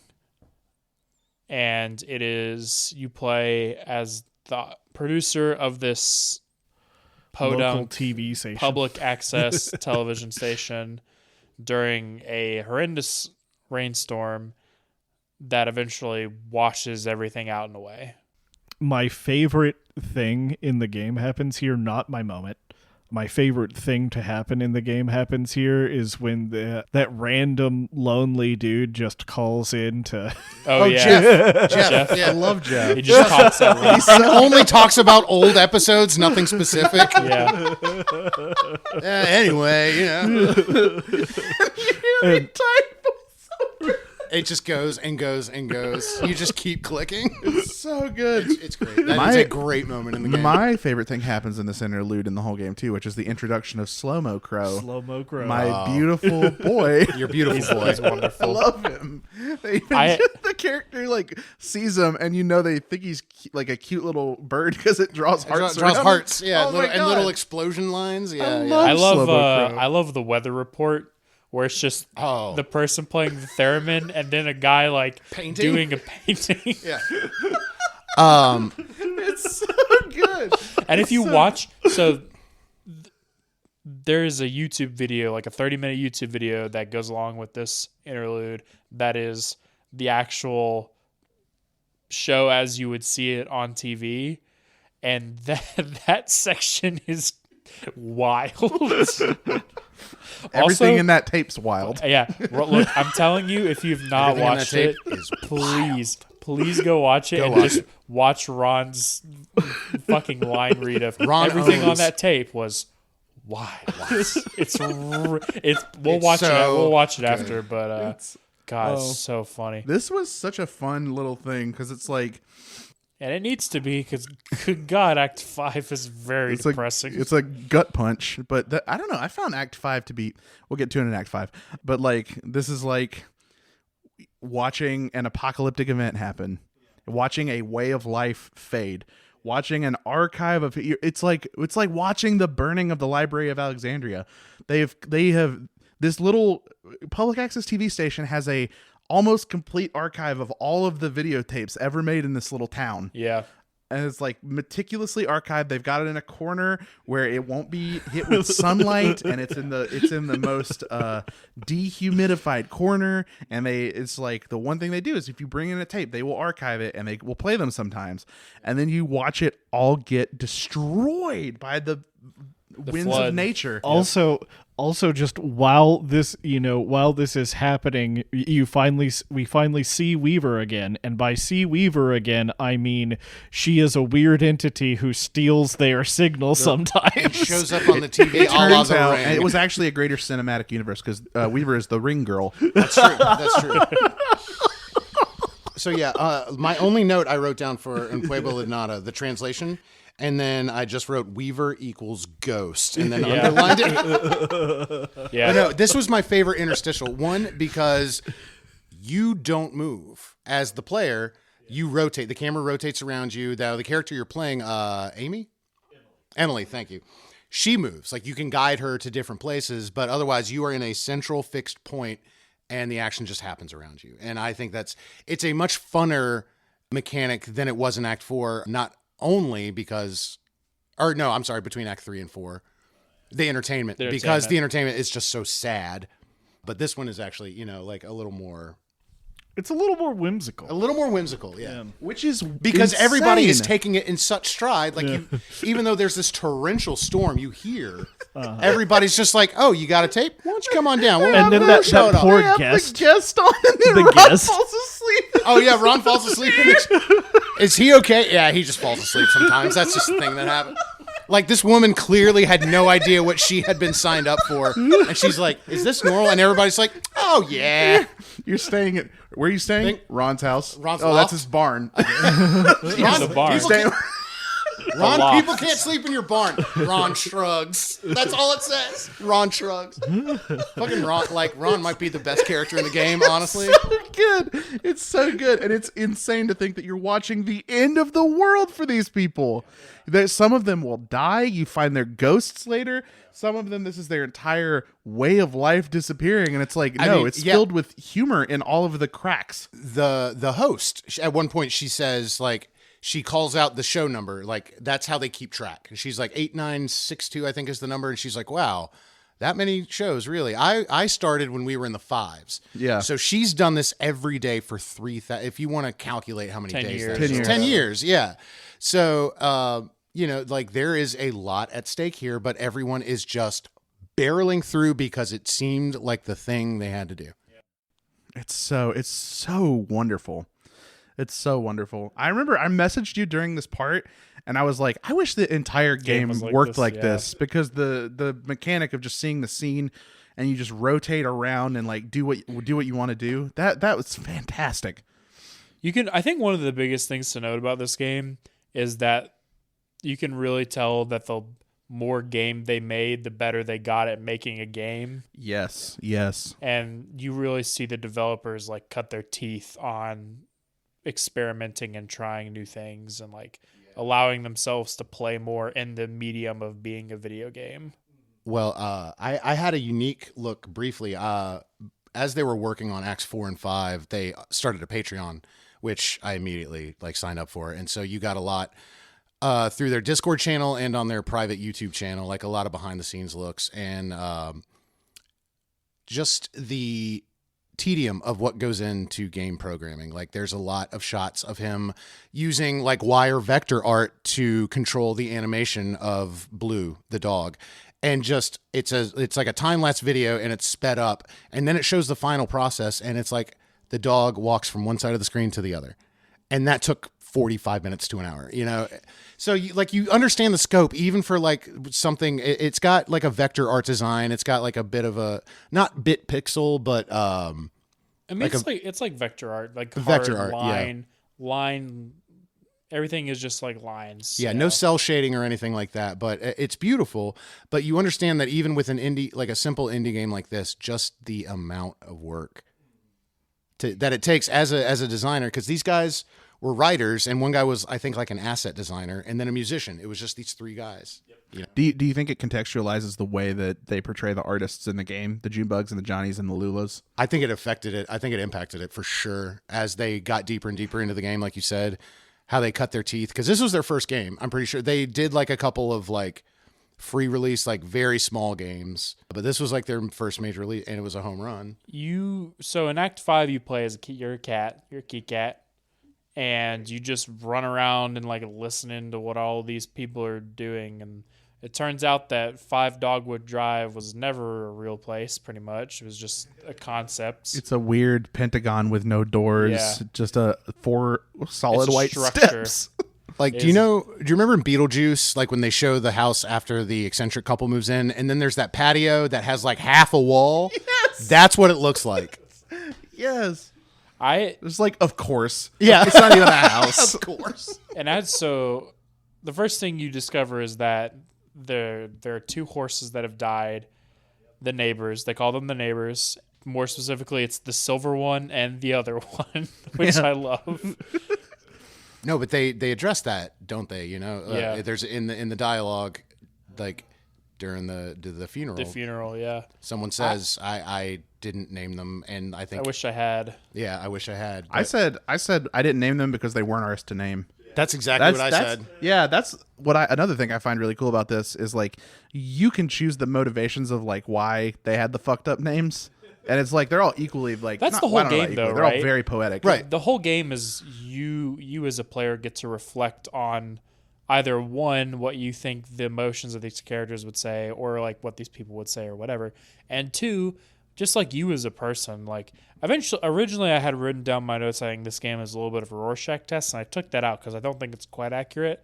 There's bits and pieces of that in here, but there is a little bit of a personality test in the way that like you can choose how optimistic or pessimistic some of these characters are. You get to choose how, and it doesn't actually change the dialogue that much as far as how people talk back to you based on the choices you make, but it does greatly impact how you as a player envision the characters, and that to me is the game part of this, whatever we want to call it, interactive piece of media, is the fact that like you get to shape the scope of how you, the player, are perceiving this world, even if it doesn't actually physically change anything about how things play out. Yeah, I remember early on during one of my first playthroughs, as someone who fancies himself an amateur writer himself, was the participatory or immersive element to the game of, oh, I have a stake in this because I get to decide how the story is told.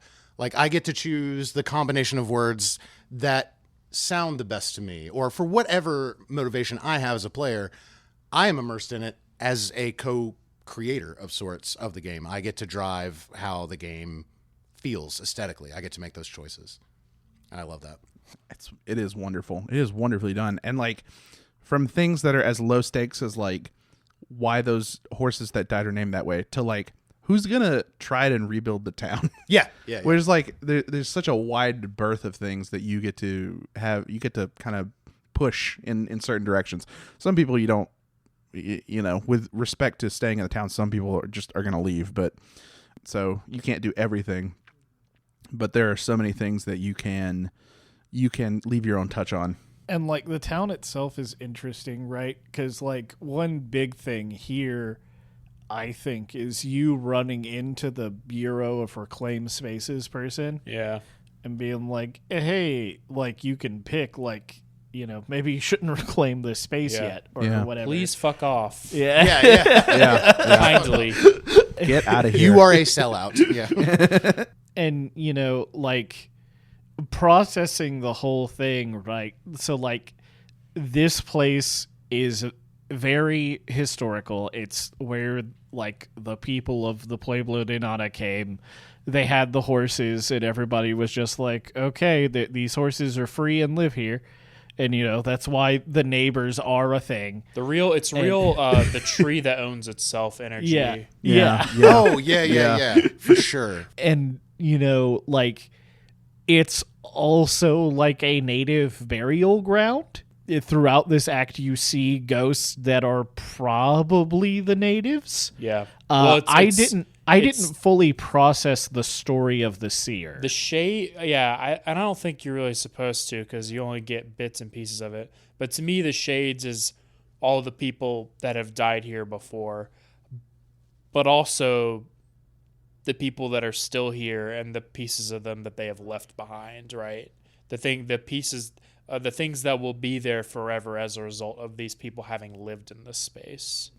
Part of what gives this entire act a lot of weight to me is this sort of existential realization that you have that's like, oh, if this is how life is like in some bumfuck town in Kentucky that there's not even a road to, then of course this is what it's like everywhere. Every single place is built on hundreds of years of way of lives, cultures, businesses, people, important people that are gone, and the place still bears the scars of those people and carries the memories of those people in some way. And like, it's impressive even when it's like a little town of 100 people with no roads going in. You know, that's like the depth and the breadth of like the human, like the memory of what humans are and have been on the world is like, it's like it captures that for me. That's what I was thinking about the entire time. That's what it made me feel. The hard part about it was that you never really got the ability to feel comfortable in that space because of the Bureau, and you're just like, I know there's this looming thing where capitalism's just going to walk in and figure out how to best use this space to generate revenue. And then they'll call it a success. We haven't touched on this yet, but I think I really love the choice that the big company that is taking over everything is not some, you know, it's not like a knockoff of some real life corporation. You know, it's not meant to be a knockoff of like Amazon or Walmart or whatever. It is a power company. And I love that choice specifically because of how, like, people don't think about it a lot, but there is a lot of power in utility companies that isn't really existent in other sectors because we allow them to be give monopolies. Power companies monopolies. Yeah. Oh, yeah. We like it's so fucked up. Yeah, like right? I guarantee all four of us are through Duke Energy. Yeah. Oh yeah. Because it's either Duke Energy or no electricity. And like, and they made company towns. Who made company towns? Coal miners. Coal mining companies. Coal mining companies. Duke Energy has literally poisoned the power supply in multiple small towns in our state. Yeah. Literally poisoned our water, poisoned our land. Yeah. It's crazy. But also, I think at the end of the game, it is also about what death means, what legacy, what memory means. Because you see that furniture in that plot of 5 Dogwood Drive and everyone gathered around it, there's music playing. Conway lives on because that was his last delivery and it got completed. So even though we lose Conway to the distillery or alcoholism, whatever, however you want to look at it, like Shannon remembers him and Ezra will remember him. And when people talk about the furniture at that place, it's about leaving your mark and how you want to be remembered on some level. And it's also, like you said, about scars. It's about monopolies. Yeah, there's just so much to unpack. Oh, the part that hit me about how the game is about the scars that the power company left on the land is that the power company gave a half-hearted attempt to try and salvage it by sending one man to dig a ditch to save from a flood. And they hated the power company so much, they killed that guy. They killed the guy. They killed him. It's like not only like everyone was in the wrong here, but it's only like the town was only in the wrong because they had experienced such a hurt and such a trauma at the hands of the power company. Like they took revenge the only way they could. Yeah. They dirtied their hands because they wanted to get back. That's how much they wanted revenge. Yeah, that is how much it seeped into their bones. Yes, they were willing to kill a guy who was literally trying to help. Probably not going to succeed because apparently the ditch was only 2 feet wide, and he didn't get halfway through it. But like they killed some guy that had no power, was not the person who wronged them, just because he bore the name of the power company, and they're like, no, get the fuck out of here. Like, I think that's just the writer's way of telling you that is how much hate and rage they have over what the power company did to them. Yeah. That they were willing to do something like that. They were willing to go to those lengths as a sign of like, do not fuck with us. And like, there's other people in the town you meet during these like small little windows where they're like, there's like some random woman and she's just like, I'm so sorry. She's standing over the body bag of the man that they killed, and it's like, I'm so sorry for what they did to you, but like this was the only way they saw. Like this shouldn't have happened to you, but there was simply no way around it. So let's talk about the funeral. Great foreshadowing in the literal first scene of the game that the game is about buried horses. Yeah. I think I finally figured out why I cried so hard during the scene. I didn't really cry at all throughout this game, even though, like, in spite of everything, I fucking lost it when they started singing "I'm Going That Way." Ooh. That's I tugs at the heartstrings. I could not hold it together, especially as all the shades. The shades, like that was freaking me out. I'm like, wait, what is happening? Kept walking up, and you're just like, I finally, I think, as we've been talking, I've just been thinking about it. I was like, I gotta figure out why this hit me so hard, and it's because that scene to me was about the burying of the concept of real freedom. Because like those horses were themselves. They belonged to themselves. No one took ownership over them. They were just a part of this place. They were a part of, and this town stands as like a bastion, as a commune of resilience against all these external things trying to force them to be a part of normal, regular society, for lack of a better term. A choice that no one actually gets to make. Yeah. Yeah. And the burying of those horses is the recognition that this is not a way that people can live. This is, you can go there for a while. You can be a sculptor. You can work as a musician out on the road. You can build a town up in the middle of nowhere and try to have a nice little commune and take care of each other and have a public access TV station. But at the end of the day, you're fucking gonna get dragged kicking and screaming back whether you like it or not. The storm will come and the bills will come due. The antique shop will close.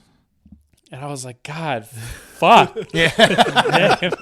I think you nailed it though, It's right? like, oh man, because and it's like it wasn't. I had to remember that it's not.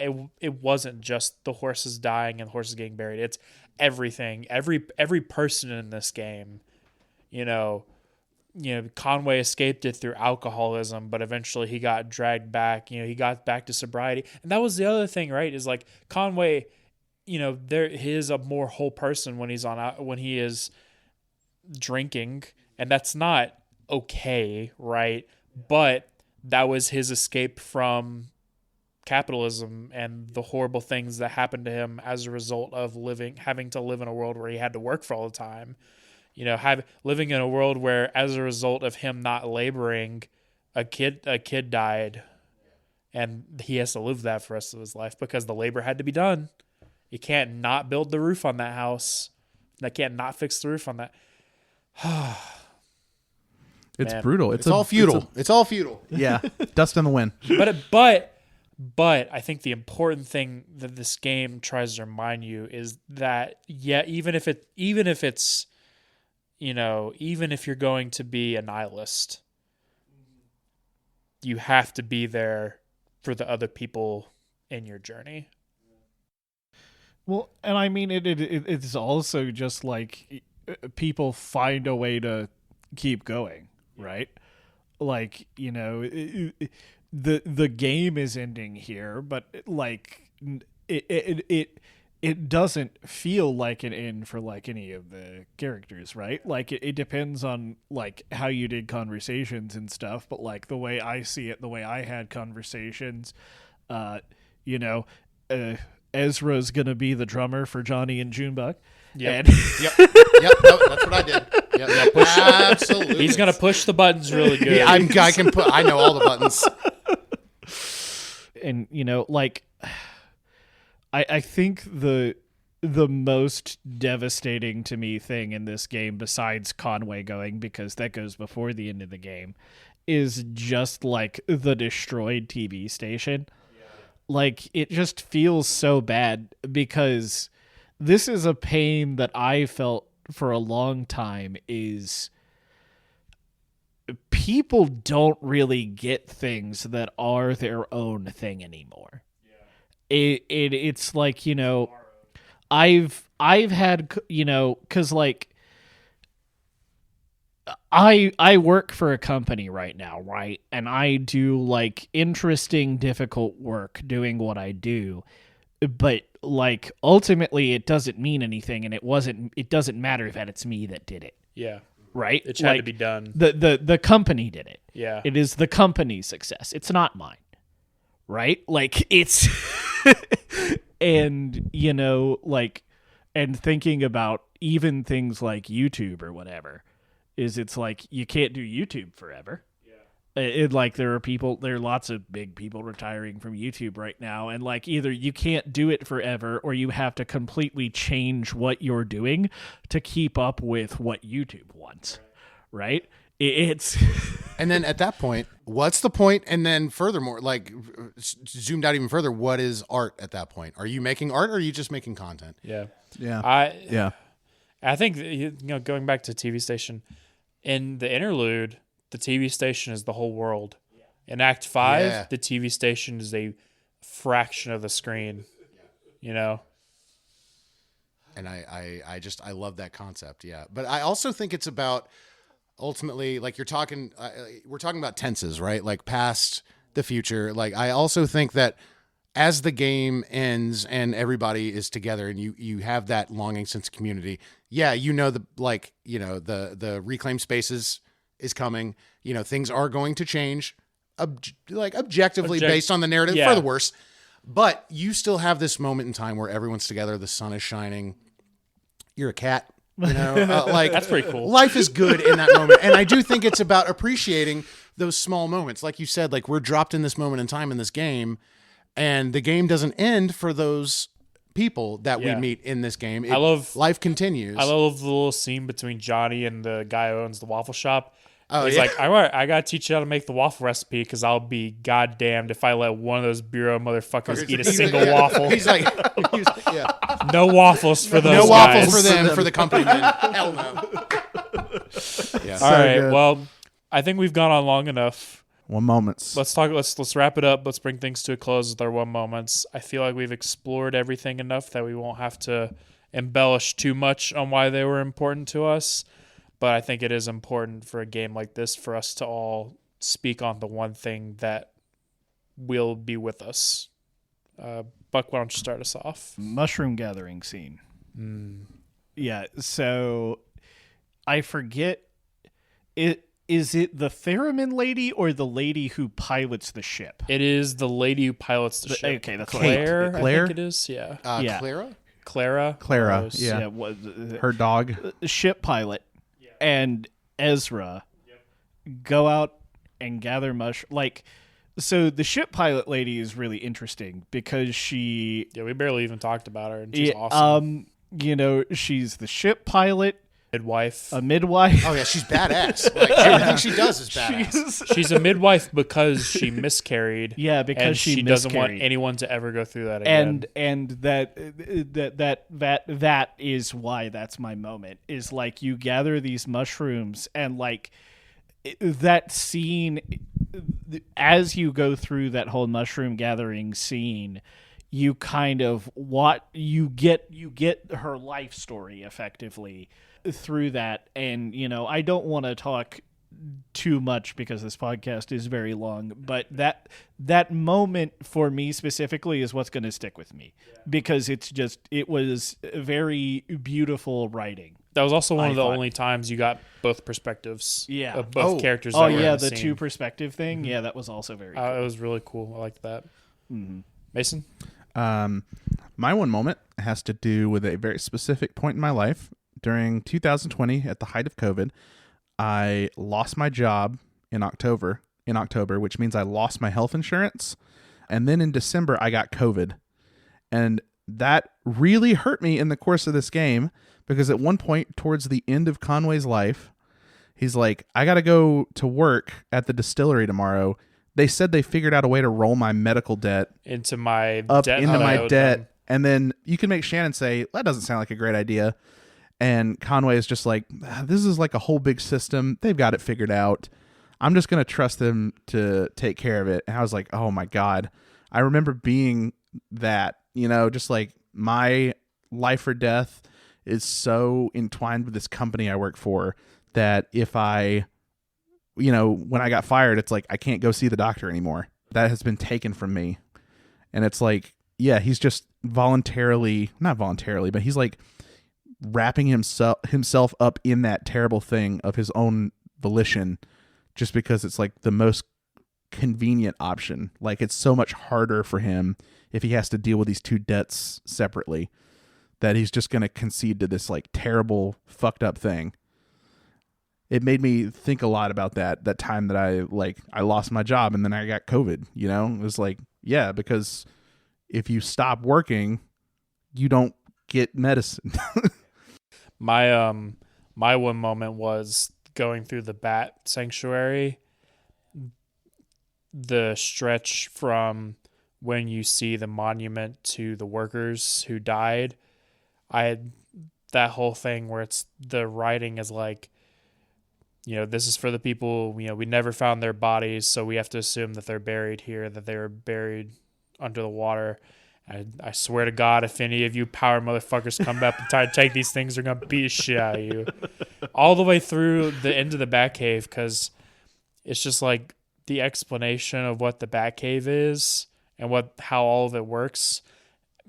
And Shannon having to reckon with the fact that this is like all an illusion put on the bats to keep them alive. And like, is that a life worth living?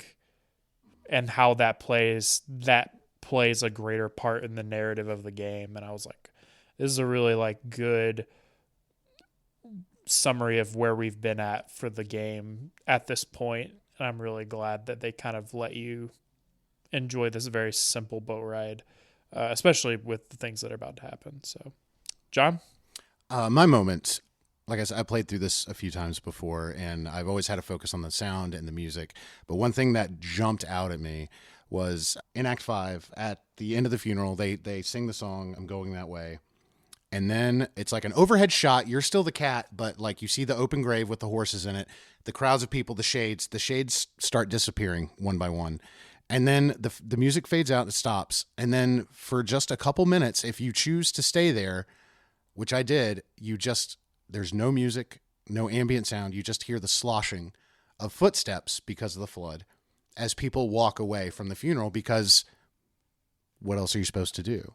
You know, it's kind of, and just the levity of like, and it sounds weird to say, but like they were even spaced out beautifully. Like, if I can put it that way, like there's just enough of a beat where then the next person starts walking and you just hear those splashing footsteps as they go by you. And it's just, they really let that moment sink in. Everyone really departs. let that moment hit. Yeah. Everyone departs at their own pace. And for even the people, like the visitors that don't know anything about this place, for you, the person that, the player, like who only barely knows anything about this place, like that's a very heavy, like you don't know it personally, but you understand the weight and emotion behind this moment, you know? And I think that's the most immersive moment in the game for me. I mean, what more, there are a few things more human than going to a funeral, even if you don't know the person or, you know, have any connection at all. That's just one of those ubiquitous human experiences that everyone can understand, you know. Quick closing thoughts. I drew lines in my head to this game with both Norco and Pentiment. Yeah. It is about Norco because of it captures that sort of Americana, that sort of Midwest industrial town feeling very well.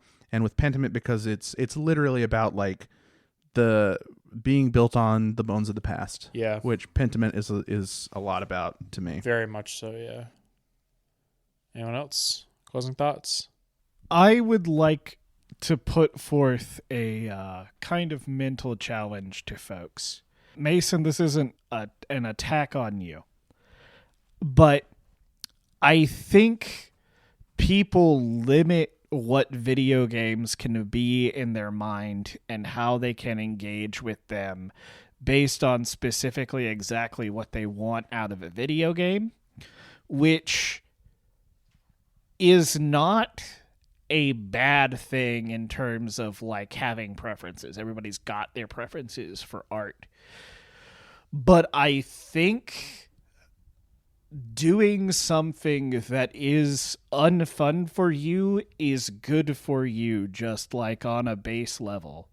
And there were multiple points in this game where I was just kind of bored.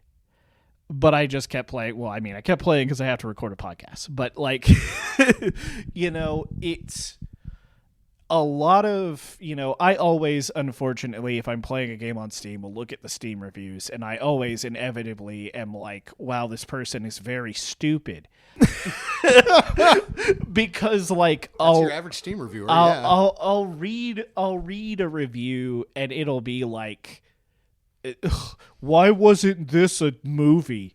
Why wasn't this a book? And I'm like, I ask you to just sometimes go out of your comfort zone, experience things differently, and don't go into it with the expectation of it being a specific thing. And I think that can alleviate a little bit of the pain of it being a thing that you don't expect it to be. Meet a piece of media where it's at. Don't try to force it to be something that it's not.